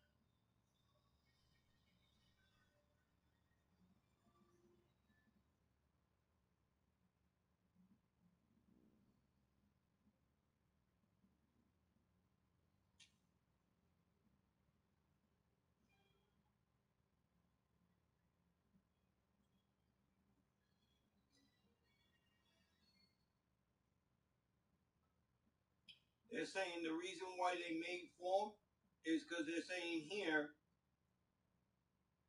payback to Rollins, victory at attack at the Royal Rumble, while they have settled the score for insulting each other in a rather shocking twist. They might end up reuniting as the Shield with Paul Heyman as their manager to take out CM Punk at the grandest stage of them all. Though both former Shield members have already revealed how much they hate each other, their hater for CM Punk is seeming something that may overcome their hate for each other. Right. CM Punk, Roman Reigns, and Seth Rollins are set to come face to face on this week's episode of The Blueprint. This would be the first time they interact with each other since the OTC appeared during Rollins and Punk's steel cage match on the Red Brand. While WWE might confirm a triple threat match between the three stars on SmackDown this week, it could turn into a 2-on-1 handicap match at WrestleMania 41. Rollins could reunite with Roman Reigns and team up to take down CM Punk with Paul Heyman becoming the new manager for the Shield. Both men could then either continue their tag team run and take down the entire roster, becoming the greatest tag team in the history of the company, or go back to feuding with each other once again after their common enemies was taken out. That's all.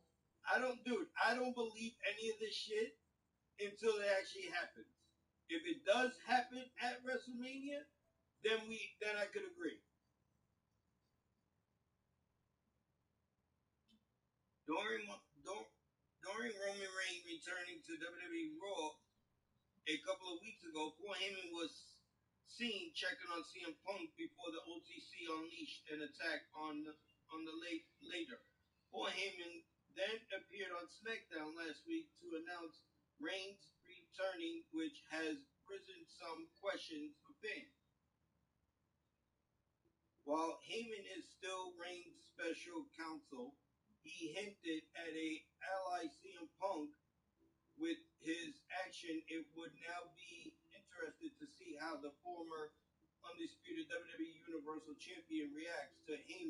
action, and if the leader betrays his tribal chief on the road to WrestleMania.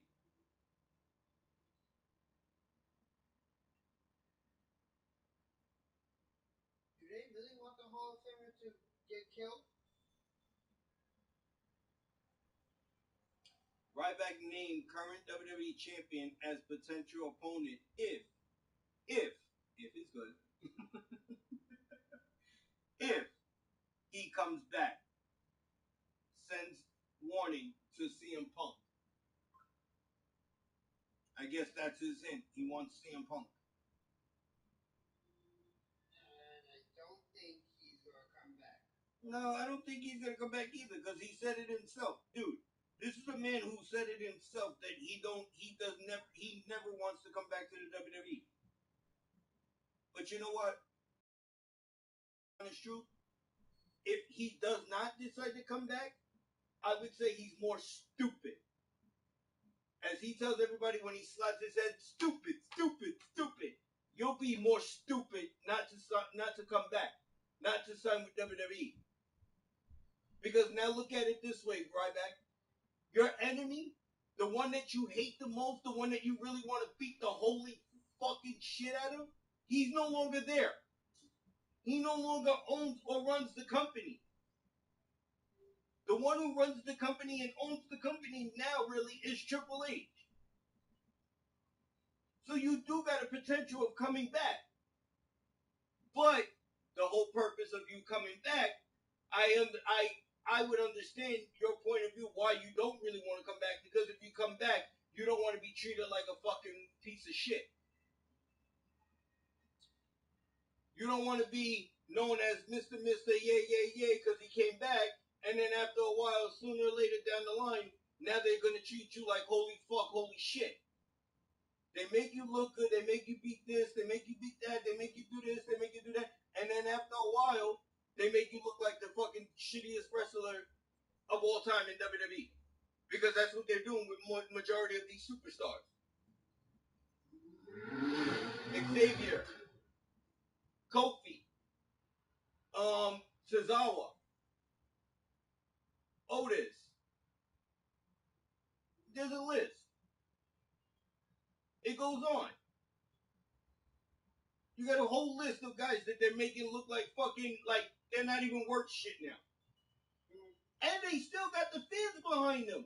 The Rock's one word was, as if they don't got the fans behind them, then they know what's gonna happen next. But these wrestlers that I'm mentioning, they still have the fans behind them.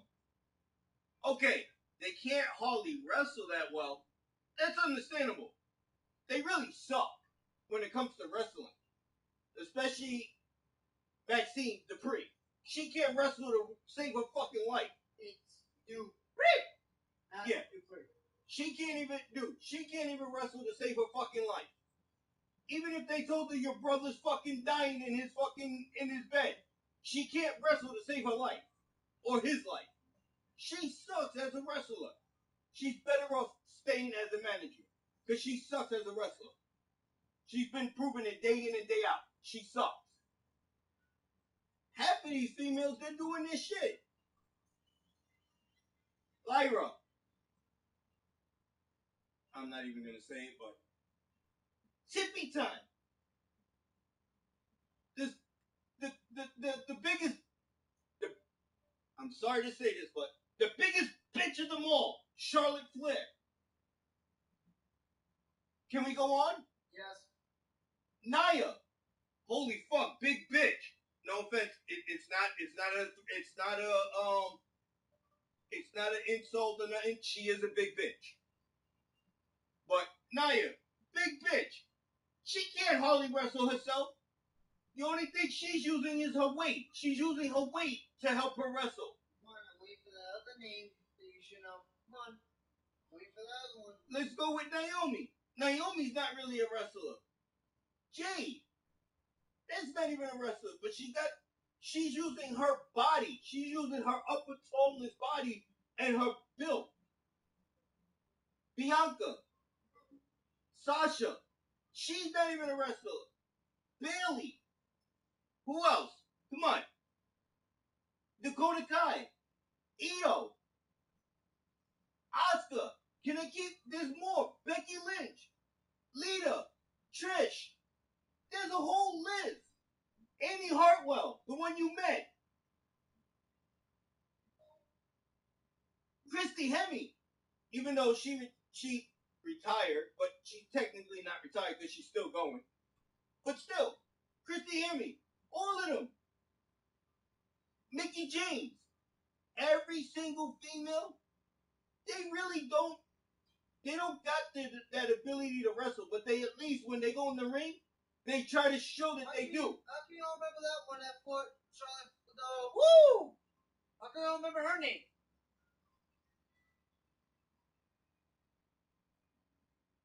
I am not fucking calling out fucking Chelsea and Piper.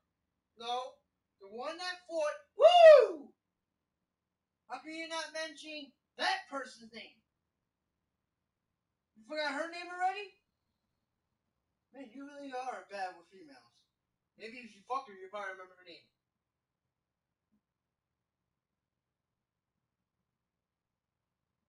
He still doesn't know because he's looking at me right now. Oh my god, how many hints do I gotta give you? The one that fought. Woo! I know who you're talking about. You're talking about Charlotte. Yeah. Who fought her? I'm not gonna mention her because she sucks as well too. You could mention her name. No, because I don't give a fuck about her. If I don't give a fuck about the female, I ain't mentioning them. You mentioned all the other fucking females. Because I like them. She's also. I don't like her. She ain't that bad of a fucking chick, okay? Yes, she is. I don't like her. Why? Because she's a rapper? Yes. And? I don't like her. So why is she a rapper? At least she's a fighter too. No, she sucks. She's better off being a manager. You're talking about fucking B-Fat. Yeah. I don't like her. You didn't mention her. Because I don't like her. She's only in the company for her beauty. She wants people, no offense, that's what half of these females, they want all of you to look at their hiney. Here's my hiney. Look at it. Look at my wardrobe. It shows half of my pussy. Look, it shows half of my ears. That's what they want you to look at, their beauty. They don't give a fuck about going in the ring and wrestling. They want you to look at their body. Even though they know they're half of them are fucking dating other fucking wrestlers, they still want you, look at my titties, look at my pussies, look at my ass showing. Liv Morgan should have respect for herself. She shows almost her whole thing out. Bianca showing Liv Morgan's freaking pussy out on the fucking in the Elimination Chamber. Wide out in there. Hello? Because she wasn't really covering up or wearing anything under. She didn't have panties underneath. All she wears is those little pum-pum shorts. Underneath, she's naked. Pussy wide open. They want you to look at their body. But they want everybody, oh, we wrestlers, we do what the men do. No, you come out so we can stare at your body. I'm surprised that one man ain't fucking dead yet. Jerry the King Lawler ain't dead yet with half of the girls that come out with their body showing. That guy is old. I'm surprised he's still standing. Looking at them that he don't go, heart attack. Because he stares at all the girls that come out. Because they come out with their lingerie. You do the same shit. I don't go there. But there's a difference between Jerry Lawler. He's old. I'm still in my prime. I'm still a little young. I'm not his age. I'm only going in my 40s. Oh, you catch a heart attack. No, as long as I still can move and still groove, like the honeymooner said, my grandma don't do this. As long as I can still move and groove, I ain't getting no heart attack no time soon. If I catch one now, he struck me dead. Oh, you one of those females in lingerie come up to you, you definitely catch a heart attack. Dude, I've seen more WWE divas than you have on one hand. Okay? I went to their locker room. In their locker room. And I'm still standing. I seen them all. Half of them I seen naked. I gotta tell people that too on my mic? That I seen them naked? When I was with the Man Beast, I got to see some of the WWE divas up close in person because she worked. This is like what your boy is telling you. If somebody works for the company, if you're with them, you get to see them up close. That's what I did because she worked with the company. I got to see majority of the divas up close in person. I could have got a kiss on the lip. I could have got a kiss on the cheek. I could have got a kiss on the forehead. I could have got a hickey on my neck. I probably would have been in the hospital instead of going back home with half of the females kissing me on the cheek and on the neck. I seen a whole bunch of the divas. And I seen twice as much. A lot of them had nice tits and nice pussy. That's basically all they're about. I'm sorry. Back then when I was watching them, they weren't exposing so much. You had to imagine. Back then they gave themselves class and they gave themselves respect. Now they give no class. Now? No.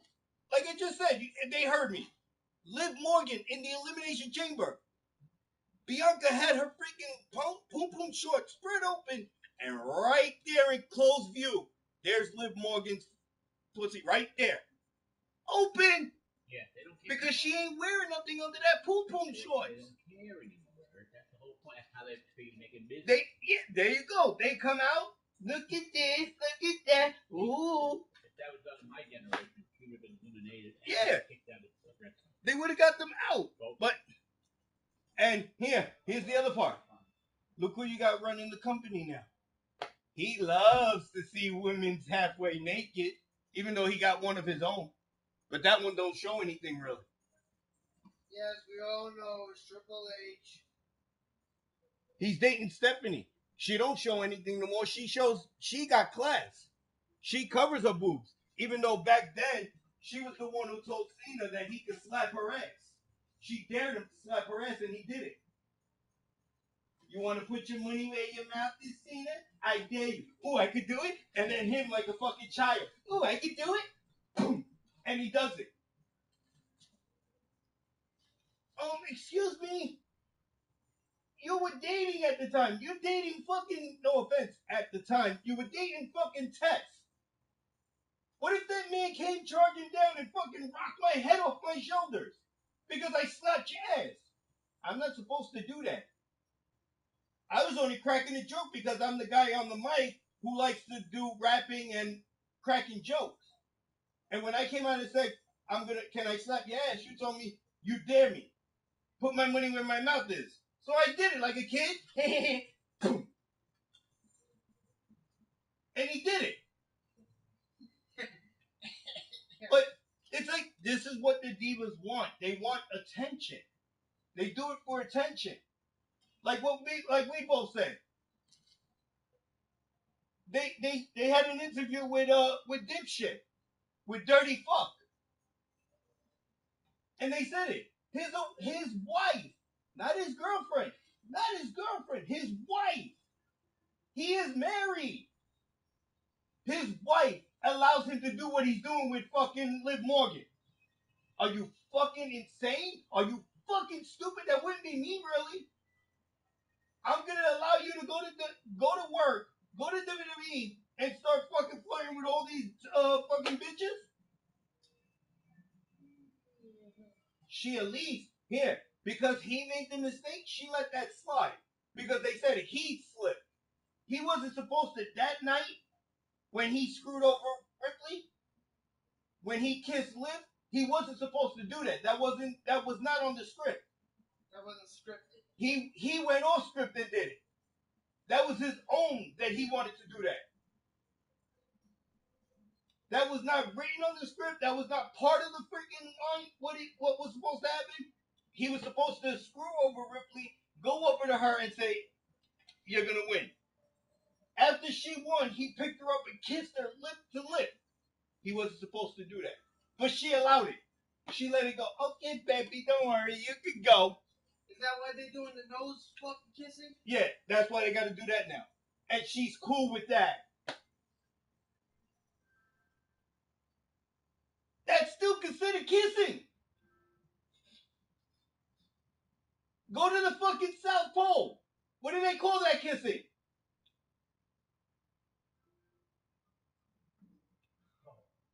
They call that the Eskimo kissing. They're still kissing. But they're not doing lip to lip. They're doing nose to nose now. What they gonna call it next? French kiss. Eskimo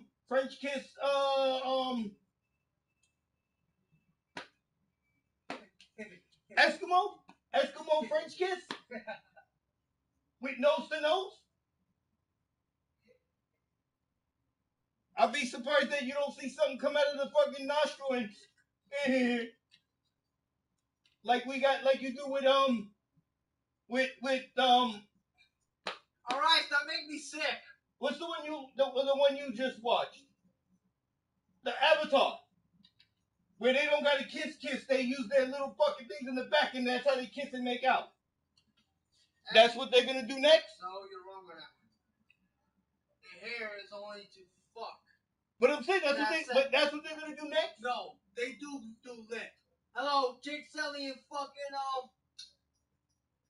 But I'm saying, because they can't Jake Sully and Nateri, they do lip to lip. But because they're not in WWE, I'm talking about.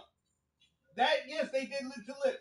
But I'm saying in WWE, what they're gonna have to do, Liv's gonna have to take her hair and his, and then by mistake she's gonna end up getting knocked out. Because now it was hair to hair, and she gets knocked out instead of lip to lip. And boom to boom.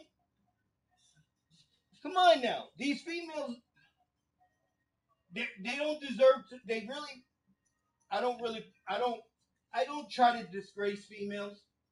They want to do like what we do, but they're not meant for it. They're not meant for it. You just want guys to look at your fucking body because of the way you come out with your wardrobes. That's just how it is. Like, one person, Ripley, Mommy, her original gear was supposed to be long sleeve everything. Because she was not supposed to come out to the WWE with all those fucking tattoos on her. They didn't want her with those tattoos on. She had to cover up in pants and long sleeve shirts. Until they were like, you know what? No, we ain't gonna have this. We ain't gonna have this. We ain't gonna have our superstars feeling uncomfortable. If they want to get some air while they're out in the ring wrestling and all that, be loose, and they want to move around and they don't want to sweat, we'll let them come out the way they feel. That's why they're letting her come out with the gear that they're letting her come out with. Where half of her, when she tells them, "Swing it," you see half of her fucking lip on the side. Then you see when she goes to do what she did to Nia, pulling up her fucking underwear. It's enough we see your fucking cheeks. We gotta see the whole goddamn thing. What about the other one that twerked her ass? Yeah, her too. Me chin. Come on now. Okay, be for real. Are you serious? I'm sorry. I don't got an ass. But for somebody to stand there and go, what are you trying to tell the female? You want to lick it? You want to kiss it? What's wrong with you? Each shit just does it to have fun. They all do it to have fun. That's what it's all about. But that's why the big word is there. Entertainment. They gotta entertain us, not give us a heart attack.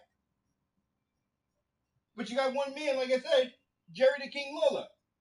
You're gonna end up killing that old bastard. No offense. You're gonna end up killing that guy. That guy sits there with whoever, Michael Cole or Pat McAfee or the other jerk off.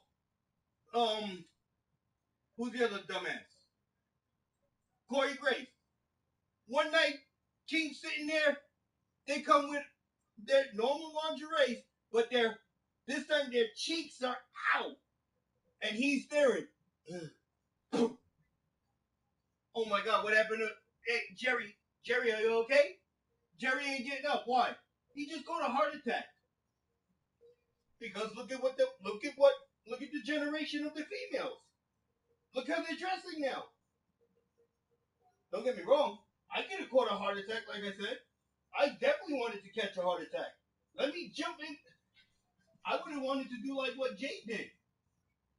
Let me go run in there with the females, and while Bianca's doing that, pulling it over, I love what I see. And then next thing you know, I'm on the floor, passed out. Because I got to see up close in person everything. They do it for entertainment.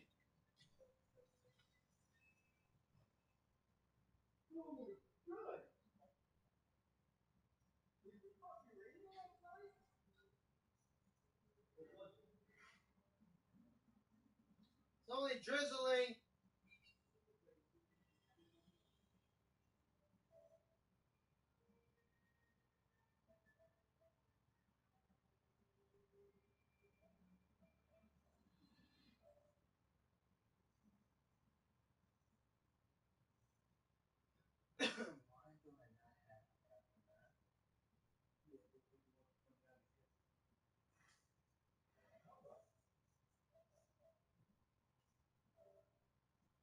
I probably got a lot of people fucking laughing at what I just did.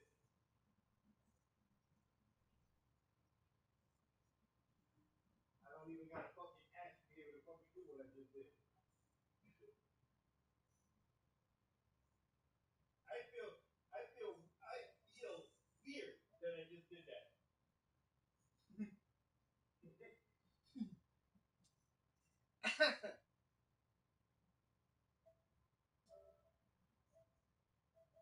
But I think I did a better job than the guy that we saw doing it.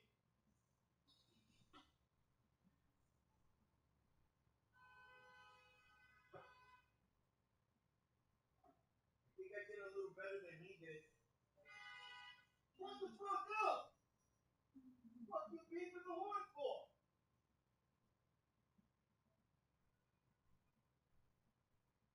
Blow up gas! Fuck you, dumbasses. Fuck you gotta blow your horn for? You don't gotta blow it that long?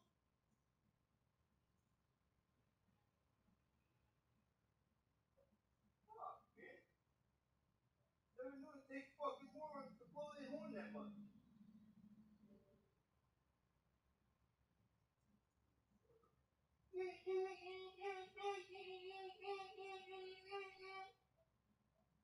Shut the fuck up!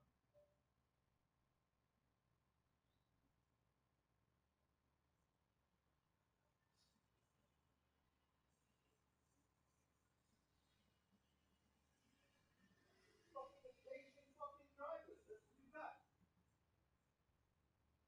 Impatient fucking bastards.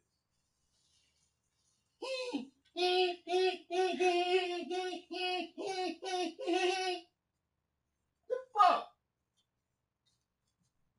You're gonna miss dinner? You're gonna miss a piece of pussy? You're gonna miss tits? You get home, it's right there. You'd be lucky she don't say, come and get it, honey. Fuck wrong with these?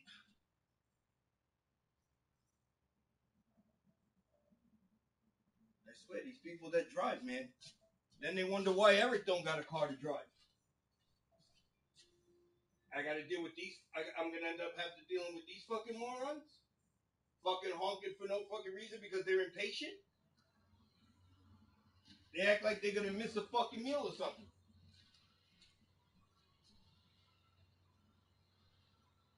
You got your dinner. You got your dinner the minute you walk through the door. Unless you got a wife who don't want to cook, but the minute you walk through the door, you got food right there on the table. After you're done with your dinner, you got dessert. She'll open up and say, "Here you go, surprise." You act like you're gonna miss something.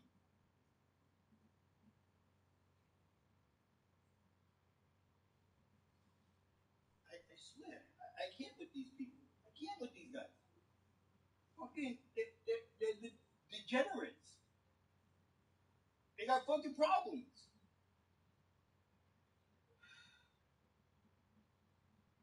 Slut! Yeah, there you go. I didn't mean it. Oh, so you were gonna leave, but then you decide to stay. So you're gonna sign a contract to stay with them. Anthony Rizzo was gonna sign with the Yankees. He's gonna stay. He was getting ready to leave, and now he's gonna stay.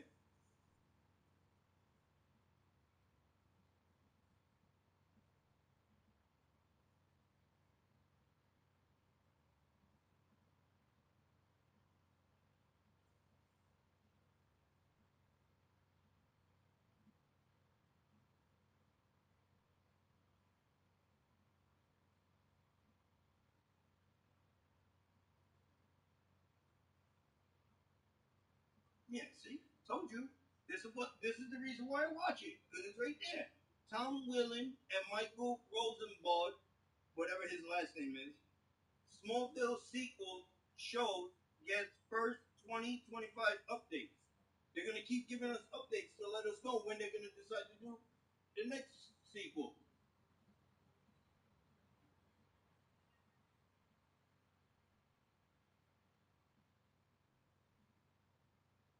I'm wondering when they're gonna do that.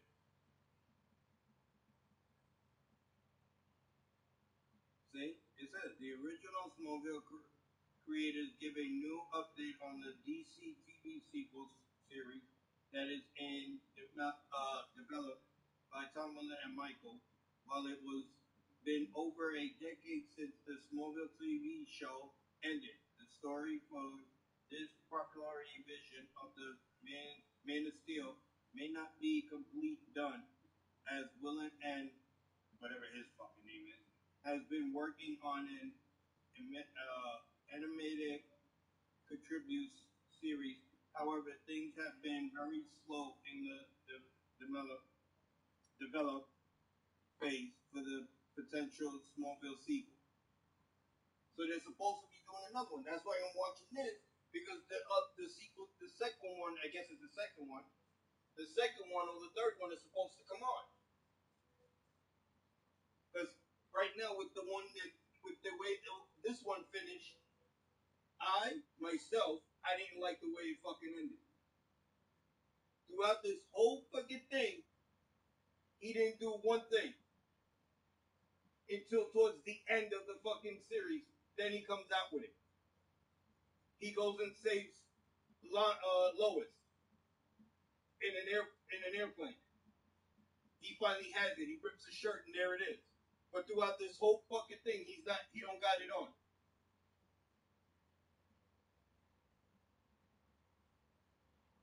But that's not how the original Superman went. When he came down from where he came from, he got taken from two old people, and they gave him his suit. Because he went because of them two disappearing. They ended up dying. He ended up going to his actual planet thing, Krypton, and he found the crystal and he put it in and he got himself his suit. This one, we gotta wait all the way towards almost the end of this series to finally get him to go on and put it on. That's not what we did with the regular Superman. That's what I'm saying. Why are you watching the one that don't? But no, that don't make any sense. because this one I find it funny. That's why I watch it. I find it funny because the guy, yes, he is shown that he is a Man of Steel, but the other Man of Steel, he needed, for quote, he needed a suit to prove that he was Man of Steel. This one is shown that he don't need a suit. He could take a bullet. He could take getting hit with stuff. He showed it already. A baseball bat across the fucking face. He took it. He's still standing. A fucking chainsaw. He went right in the front of it without getting fucking cut in the chest. Bullet that his father, Ken, fucking shot him in the chest. He was still standing. So he showed he don't need a suit to show that that you can shoot him. He ain't gonna feel it. It bounces off him. He don't feel it. Even though it is stupid because his mom, his stepmom, his adopted mom, she had to fix one of the wounds that actually he had. Wait a minute, you're not supposed to be wounded. You're a man of steel. Man of steel does not get hurt. But your mom had to sew one of your wounds up. So what you're really trying to tell us is you didn't have the powers at first? You're supposed to, regardless, coming down as a man of steel, you're supposed to have your powers. You're supposed to be the man of steel. That's the whole purpose of it. You came down from Krypton. You're supposed to be the man of steel, not the man of, oh, I got a wound. You're a man of steel. Steel's not supposed to be wounded. And if you are steel, okay, you're not the actual anti-anthem steel, where you get hurt, it pops out, and then it heals automatically by itself. You're just actually steel. You're not supposed to get hurt. It bounces off you. You're wondering, like, wait, you know that tickles? You're gonna keep going? This one, you got your motherfucking sewing your arm because you got shot when Dodo Brain Lex Luthor was going nuts with a fucking gun. He couldn't stop fucking trigger happening with the fucking gun, and you get up, you're not hurt, but your mom's closing up a wound that you got on your arm. That reminds me of somebody. Yes.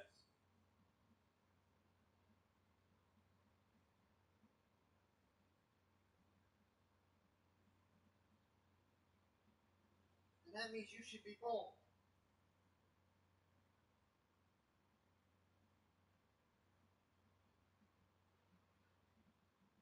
Yes, I should be bald. Yeah, see? They want to bring all the originals back and more. Bringing back Green Arrow, bringing back all new characters in it with him. Justice League. Some orders Superman and Smallville Justice League armored upgrade suit. All Marvel characters, aren't they?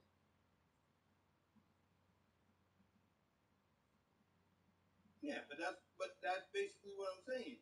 They wanna do it, but they don't know how to come up with it yet. That's like all these fucking superstars, what they're doing.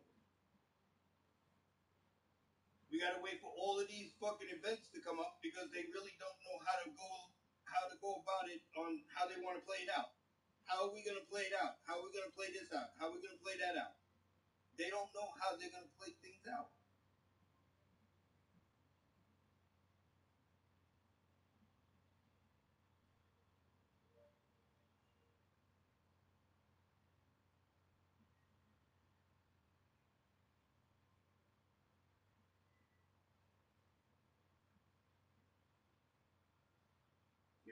They really don't know how they want to play things out. How do we play this out? How do we play that out?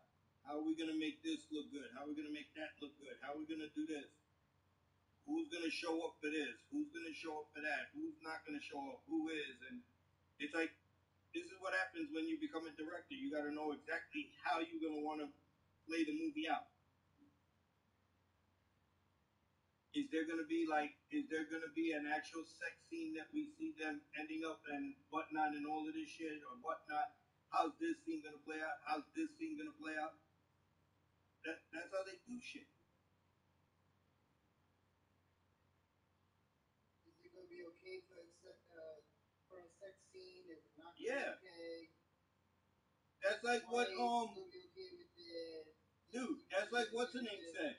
The one that I watch every night, the one that I watch on TikTok, she said it. She goes, I can't stand what they made us fucking do in the movie. They didn't even know how they really wanted to play the fucking movie out. I come up with this stupid thing. Oh, my mom had it under the fucking bed the whole time. That's how I got the bang, boom, boom. She goes, what the fuck was that? Why the fuck Motherfucker had to call it a bing bang boom boom under the mom's bed. Couldn't we call it a gun? That's what it was. I had a gun in my hand.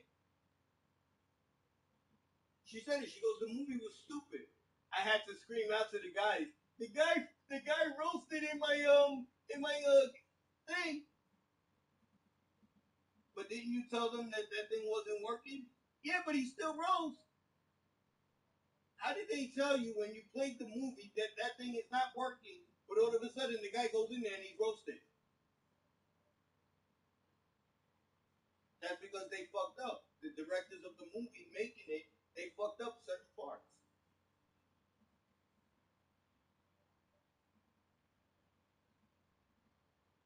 That's why now they got to decide when they do a movie, how are we going to go about the movie? How are we going to make it? How are we going to do this? How are we going to do that? Is this going to be allowed to be in the movie? Is this going to be allowed? Can this be allowed? Can we allow this to go through? That's like the same thing with the WWE. I find it stupid with the WWE because the WWE can't decide what the fuck they really want to do. Are we going to make this guy this? Are we going to make this guy that? Are we going to make him do this? Are we going to make him win? Are we going to make him lose? It's like they don't know what to do. Let the go back. No offense, but let the guy do a seesaw. Let the guy go back and forth, back and forth, back and forth. Win, lose, win, lose, win, lose, win, lose. No, you want to make a guy. You want to make a guy come back. You want to make a guy come into the WWE, go for a certain amount of point to the limit that he goes undefeated, and then after a while, now you're gonna make him start losing. If that's the case, then you might as well do win, lose, win, lose, win, lose, win, lose, win, lose situation then. What was the person on making the guy go all the way undefeated, and then when he fought that one particular jackass, he lost to that jackass. And no offense, that jackass he lost to was nowhere in his category.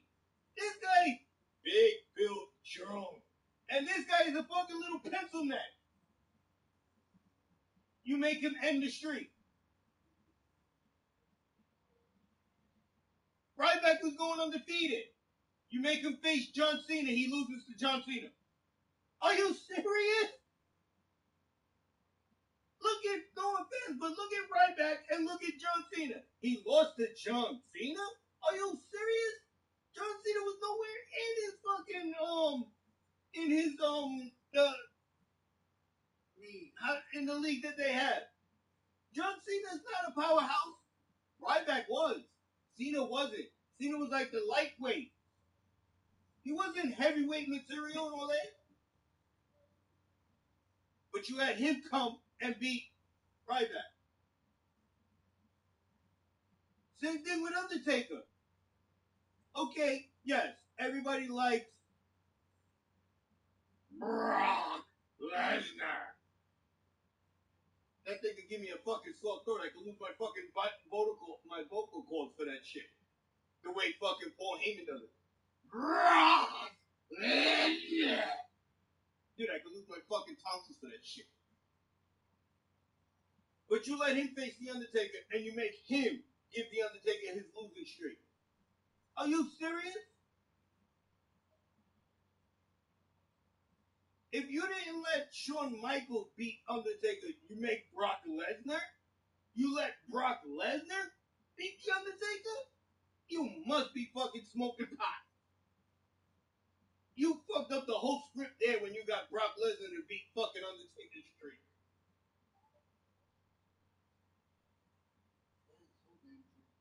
No offense, I probably wouldn't no hard feeling.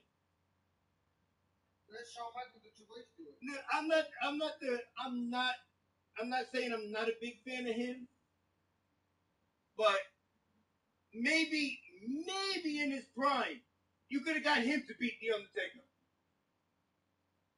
Goldberg. If you didn't let Goldberg beat The Undertaker, you let Brock? Goldberg and Brock had fucking beef with each other. Goldberg beat Brock. But you put Brock against Undertaker and you let Brock beat Undertaker? Are you smoking crack? If you didn't let Brock Lesnar beat Goldberg, what makes you make Brock Lesnar beat The Undertaker? That's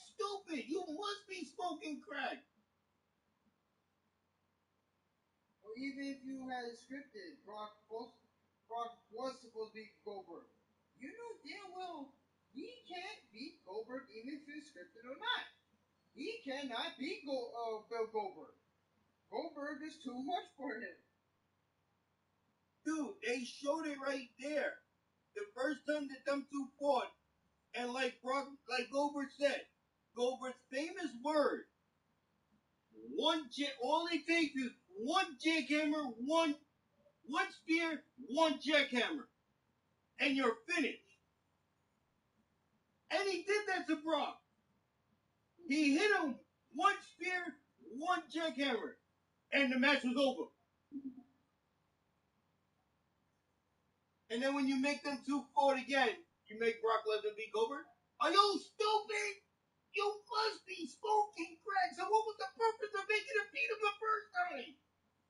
You fucking morons. Now you get what I'm saying. I swear, these people are on crack. They're on crack. No, it just made no sense to do that. No, it's like what Peanut said. You smoked it off. That's what Vince and them did. They smoked all the crack. You smoked all the crack.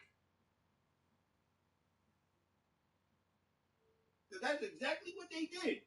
They smoked all that shit. I don't fuck. I can't. I can't. Okay, this is the match. It's going to be Brock Lesnar versus Goldberg. Okay, Goldberg, you're going to win. Goldberg wins. Okay, this is how it's going to be again. Goldberg versus Brock Lesnar, and the title's on the line. Who wins? Brock Lesnar. Are you serious? You didn't beat him the first time. But they fight again and Brock Lesnar wins?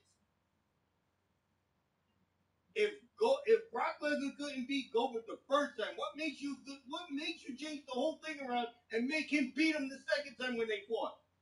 He couldn't beat him the first time. He took the fucking spear. I think I lost my lungs and my balls. It took one spear to take a big beast down like that. But wait a minute, he's the beast. And one spear took him down to his knees. I never in my entire life saw an actual beast drop like he did. One spear! One spear! Are you serious? But then when they fight again, he hits him one spear. He didn't fall. It took two spears for Brock to go down. Are you fucking serious? What was the purpose for that shit? He hit him just like his catchphrase is. One spear, one jackhammer. That's all it takes. You make him, he had to hit fucking two of them on him, and he still stood up after the two? Two spears, one jackhammer, and the beast still kicked out? That's not what happened the first time when they fought. One spear, one jackhammer, Brock done. He finished. Piece of shit done. Beast went to sleep. But now you put like I said, now you put the beast and Goldberg again. But now the beast walks out, he wins. We're looking like he lost half his balls. I'm still walking yet. The man lost half of his ball sacks. And he's still walking. But he couldn't walk the first time he fought Goldberg. But he's doing the same thing when he won this time. He's walking out like, wait, is it still there? Are you serious? This is why I said the WWE is fucking. They're really. They don't really got a fucking brain cell. They don't get their mindset really up there. They're stupid as hell. I see that they're stupid. They're completely stupid.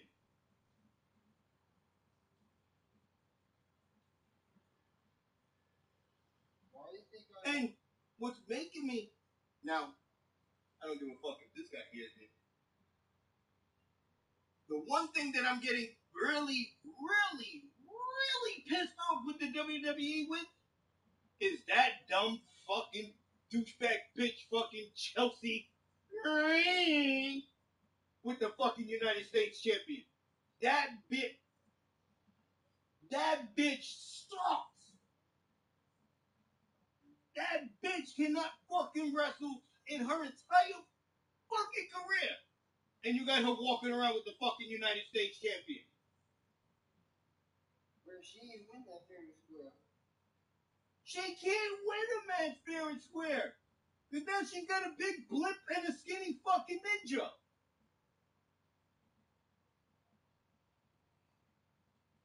Then you can take that ninja and hold it with one finger and toss her.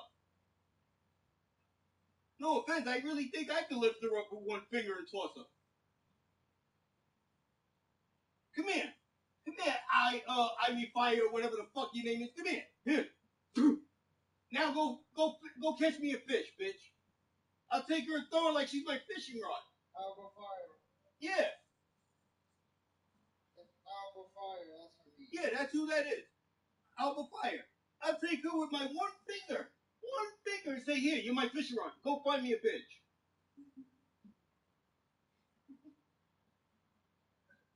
But the other one, no.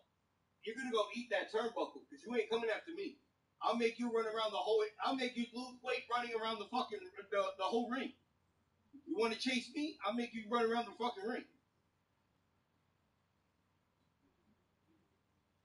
You can't even, I'm telling you, you can't even win a fucking match on your own. Show the fan, show the WWE executives and the CEO and the COO and CCO and all that shit. Show them that you could go out there and do it on your own. CEO is,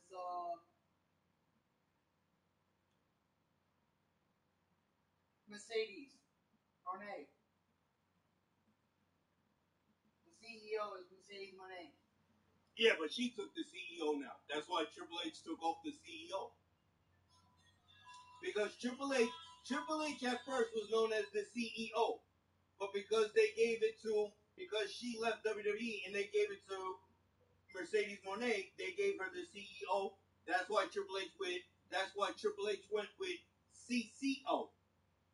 Now Triple H is known as CCO.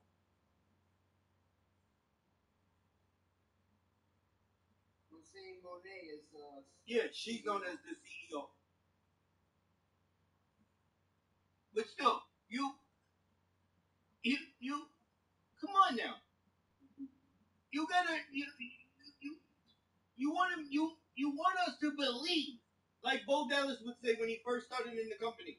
You want us as the fan and the CCO and all of them, the executives, the creators, and all of that. You want us to believe. You want us to believe in you that you can do what us men can do. Then show it to us. Go out there by yourself. By yourself. No other people, no other person, no other tag team, no other fucking distraction. Go out there yourself and let's see if you can win. Unless we see that you are not fit to go out there by yourself and win, okay, we'll have somebody come out there with you. But go out there. You got all that mouth. Chelsea, you got all that mouth, but you can't really back it up in the ring. You're sending the blimp and the fucking ninja. You're sending, no offense, I'm going to call it that. You're sending the blimp and the ninja to protect you. Do it yourself. You're running your mouth to all the divas in the back. Oh, we the best. Bitch, you ain't the best. You suck. And the person you're sucking off, he sucks too. I'm just surprised he ain't sucking a dick. But he sucks too. You're supposed to suck a dick. You're a bitch. So you're supposed to suck. But him, I don't know what his story is. I don't know what his case is. He sucks as a wrestler too. Lupin Kaiser. No. Chelsea is not dating Kaiser. Oh. Chelsea Green is dating fucking Zack Ryder. Woo, woo, woo. You know it. The guy that you met, the new one that's on AEW. That he changed his name to whatever the fuck it is. Clark Kent, whatever the fuck. The one that your boy was telling you his name is. Clark Kent or whatever the fuck. The big C word. That's Zack Ryder. He changed his name from Zack Ryder to that. But that's Chelsea. That Chelsea Green's man is Zack Ryder. He sucks. He ain't all the bag of potato chips and shit. He sucks. I think I could take him. And I completely suck. I never in my entire life wrestled. And I think I could take him. I go in the ring. Hey, Zack Ryder. Boom. I think the guy's gonna fall on the floor already. I won't even have to hit him that hard. Just walk up to him. Boom. And he's done. Ref, you wanna get him? I'm not winning it like this. He ain't moving. Look. He ain't moving. And I didn't even hit him hard. All I did was boom. And he's laid out on the floor in front of me. Do I gotta do like what we saw on TikTok and Instagram? Do I gotta kick him in his balls to get him up? If you got any there? That guy sucks. He really sucks. Half of these, like I said, the same thing for the female goes for the men too. Cause boy, half of these fucking men don't even deserve to be in the fucking ring.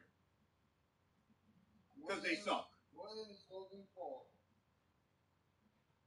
Hell fuck yes. You let a fucking social media. Not only that, he's not really a wrestler. He does not belong in the ring because that's one. One, he's not a fucking wrestler.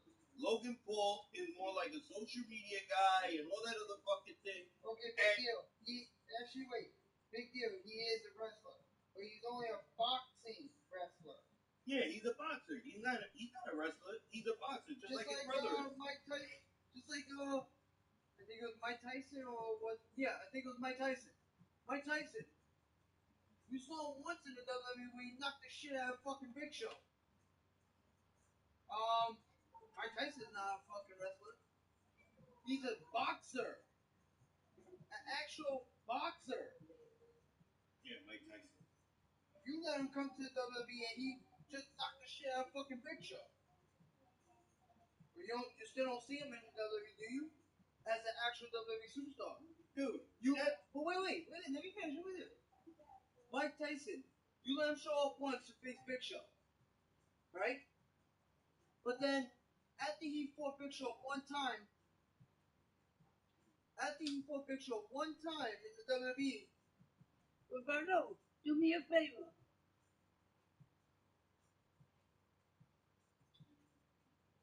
You didn't give her your phone number, did you? When she calls up in June, you give your phone number to her, since you're my provider.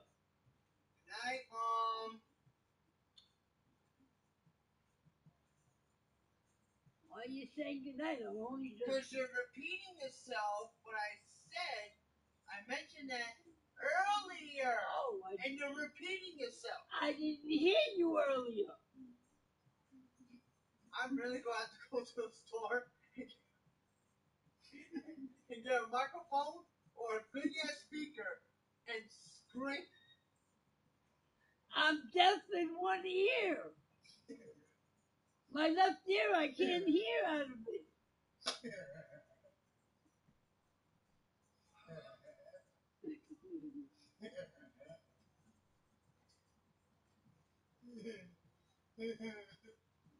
Oh, now he's going to make me a joke.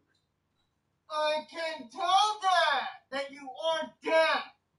But I think I gotta get a speaker like this so you can hear me.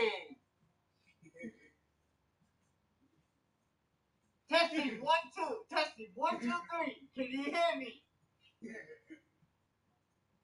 Wait, I'll do pump pump. Holla, can you hear me? I can hear you. Okay. I'm just saying we forgot to give you your number. I didn't forget. You forgot. You were there. You so were. I'm gonna have to give it to him. You were.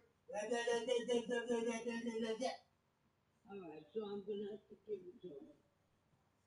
But you're the one who told me you were the provider. You were supposed to. I didn't mention nothing about providing the whole time I was there. You did. Yeah, but you said you were. Because I was agreeing with you. Oh my God, this is ENice3828's.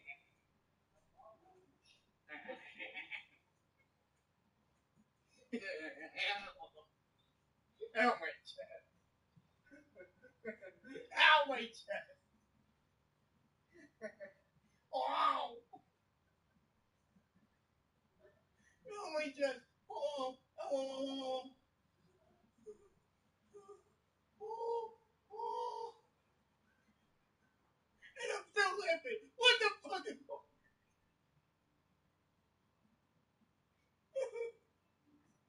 Ow. I'm stupid. Ow. Oh. Oh. Oh.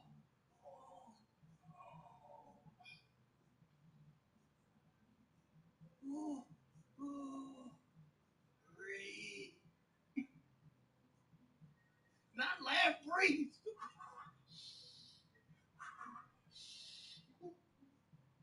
I'm telling you, I can't. Between you and her, you guys are really gonna kill me quick.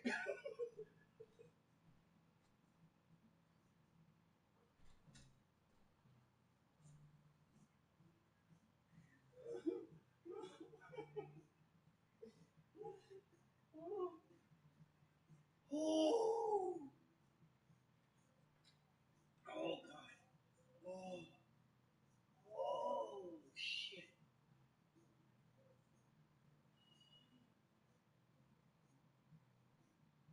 I'm telling you, between you and her, holy shit, man.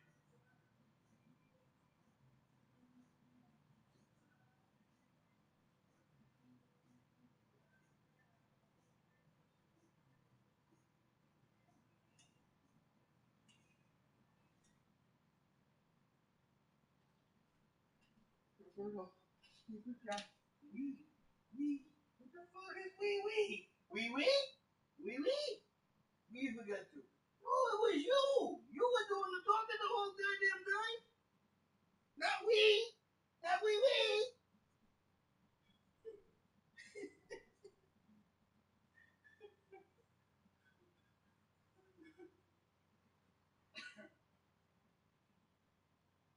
It wasn't no we. It was you. You. Do you get it? You. No, I mean you. You. No, I mean you. Yeah, you. It's me, and I'm you. Damn, what you feeding this kid? I have to add that in there. It's too damn big. Oh, God. I can't. Ooh.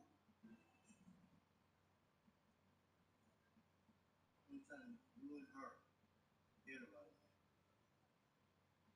I'm gonna need a tombstone. Some people might not want to hear me say it that way, but I'm gonna need a tombstone. Between you and her, I'm gonna need one. I'm gonna fucking die right here, laughing with you two.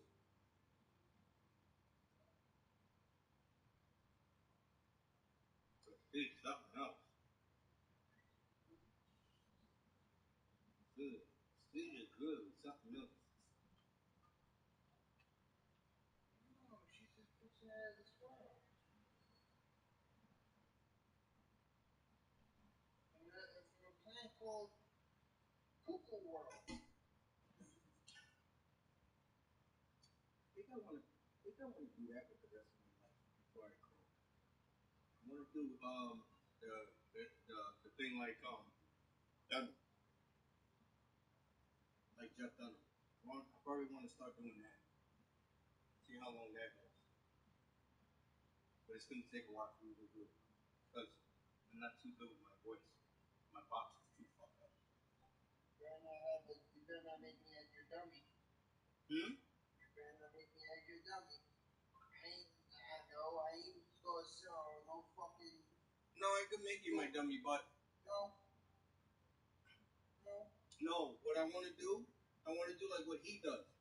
Instead of me using like he has peanut, I use my stick. Put my hand up his ass, and then start talking to him.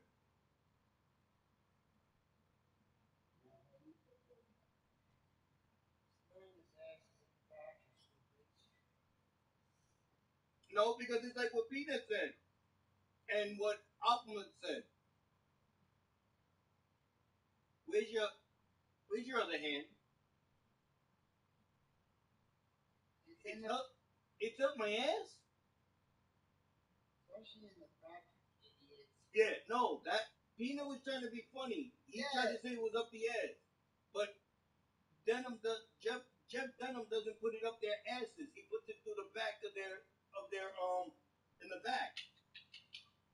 He puts his hands through the back because he showed it with one of his dummies. He puts his hand in the back and then he controls it. The only one he can't put his hand in the back is the jalapeno on the stick. He does that with his stick. He holds the stick and he's got the little button there showing that he's moving the mouth with the little stick. He moves the little cute thing as a trigger thing. He moves the trigger thing as the mouth. Because he's on a stick. Jalapeno on a stick.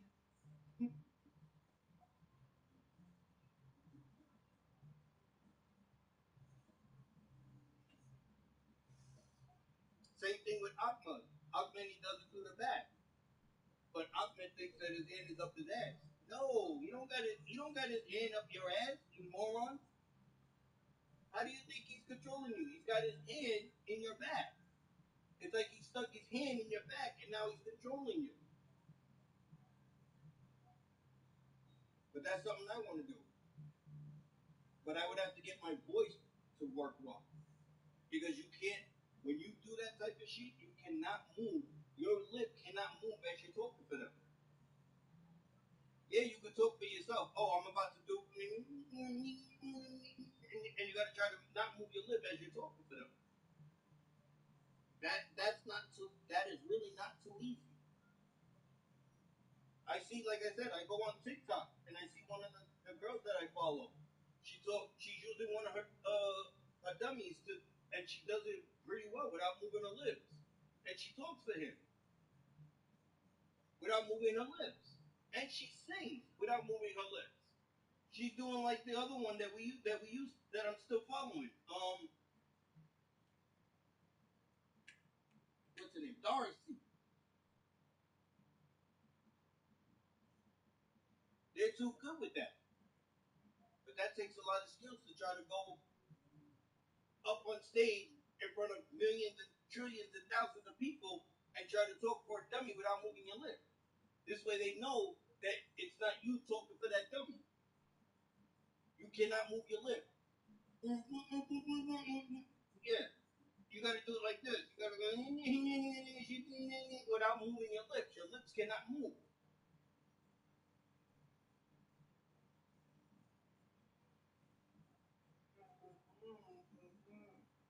Alright, Alfred.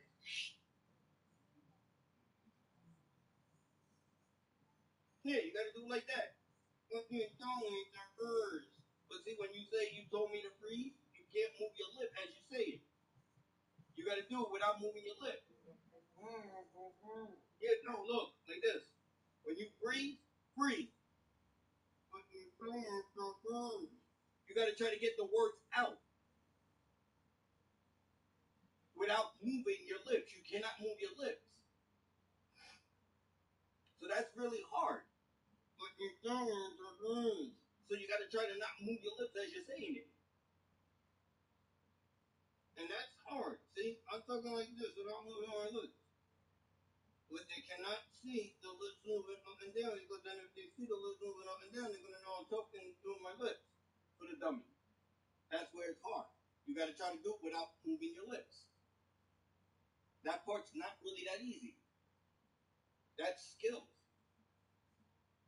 That takes a lot of skills to do something like that. And since I could talk for Stitch, I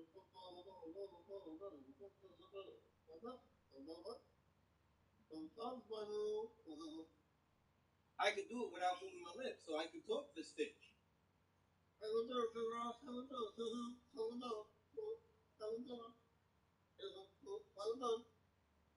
I could do it without moving my lips. This is me talking, and then I could go.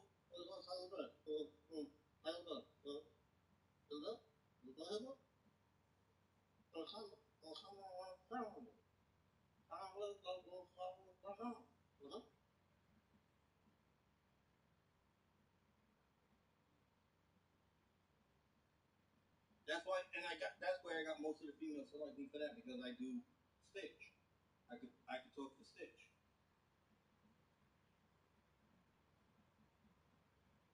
I'm surprised I'm not talking for the one out there. What I'm doing to that one out there. I got him stuck out there with all the fucking clothes on top of him. They'll probably be saying, "What the fucking stupid clothes off of me?" This clothes stupid as hell. Get them off of me.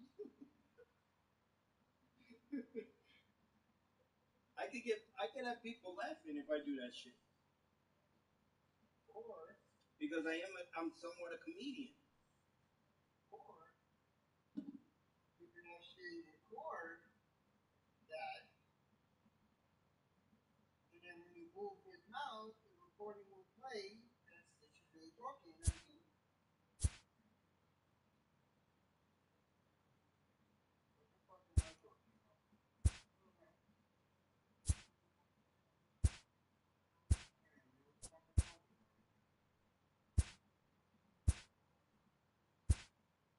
Because like I told people, I am a comedian. It's like I was born and raised to be a comedian. I make people laugh. Born and raised to be a comedian. You just gotta fucking get. No, I wasn't really born with it. Because if I was born with it, I would have been already on stage doing it already. Because I would have taken it on stage. It's like, yeah, it's a gift. It's like I have a gift. I wasn't born with a female voice. I have a gift of doing a female voice. That's it. But that, like I said, that's in one way. That's something that I want to do. I actually want to go and do that, but it's like don't know me very it's hard. People think they know me too fucking well, but they really don't. That's why I had to keep my own fucking listen to my birth mother. Oh, I had a boy. I know I had a son. Yeah, you do got a son. You did make a son. But I have a gift of sounding like a fucking bitch. Did I expect to have that gift? No. It just automatically happened. And it sounds perfect. Oh.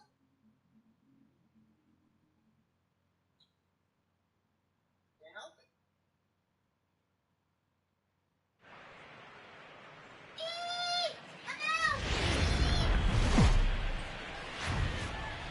Afternoon baseball now from the desert Southwest and Chase Field here in downtown Phoenix. Game 1 here in the month of May between the New York Yankees and the Arizona Diamondbacks. So the Bronx Bombers look to match the longest winning streak in baseball history. Coming up next. Zach Greinke is on the mound for Game 2. What do you have for us on him, Danny? Hey, this guy has really struggled coming into this game, right? The league is hitting just under 300 against this guy, and that's something he really needs to improve on. And it'll be interesting to see if that trend continues in this start here. Standing in, Alex Verdugo. And we are ready for some Leading daytime off the baseball. afternoon for the Yankees, the center fielder, Alex Verdugo. Here's the first pitch now from Greinke. Line drive, base hit to right. And now the Diamondbacks will try to counter his speed at first right out of the chute. Not even letting the fans settle into their seats, and he's coming unglued first pitch. Nice base hit to the outfield.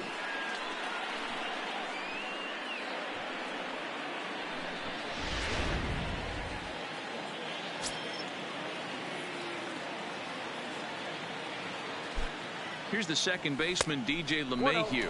And a pitch out, nothing doing though, and that's ball one.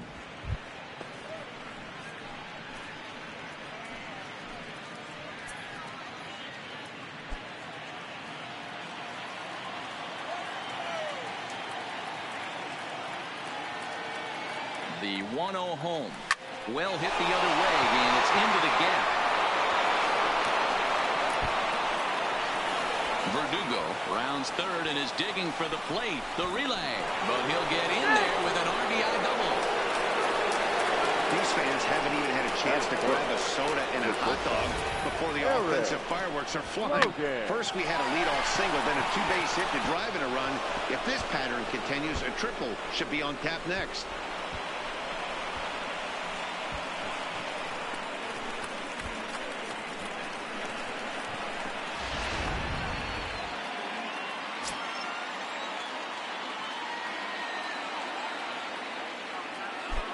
Into the box now, Eric Logan. That's down into left center for a base hit. Now a long throw home. Oh, but it's offline, so the run will score. You don't think being a starting pitcher in this league will test your resolve? He's already given up more runs in the first inning in this one than he did his entire last start. That's the kind of roller coaster ride that will make you a little crazy. But that's kind of how baseball works sometimes. Here's Paul Goldschmidt now. Career line against Greinke. He's totaled 4 hits in 23 at-bats. He's gone down on strikes 12 times as well. And he gets ahead here with the fastball. Strike one. So, guys, these Diamondbacks, as they begin play, they come off another loss last time out. And, in fact, they've dropped 3 of their last 4. Yeah, Matty, you can't win when you're giving up that many runs. The pitcher was missing over the heart of the plate, not executing down and away, not brushing back anybody, making anyone feel uncomfortable. Guys were taking huge hacks off him. And to boot, the defense was on its heels.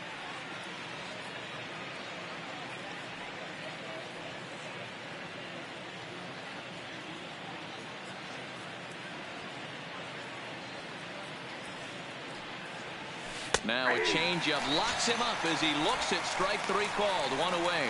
With that, here's a look at the Yankees starting lineup.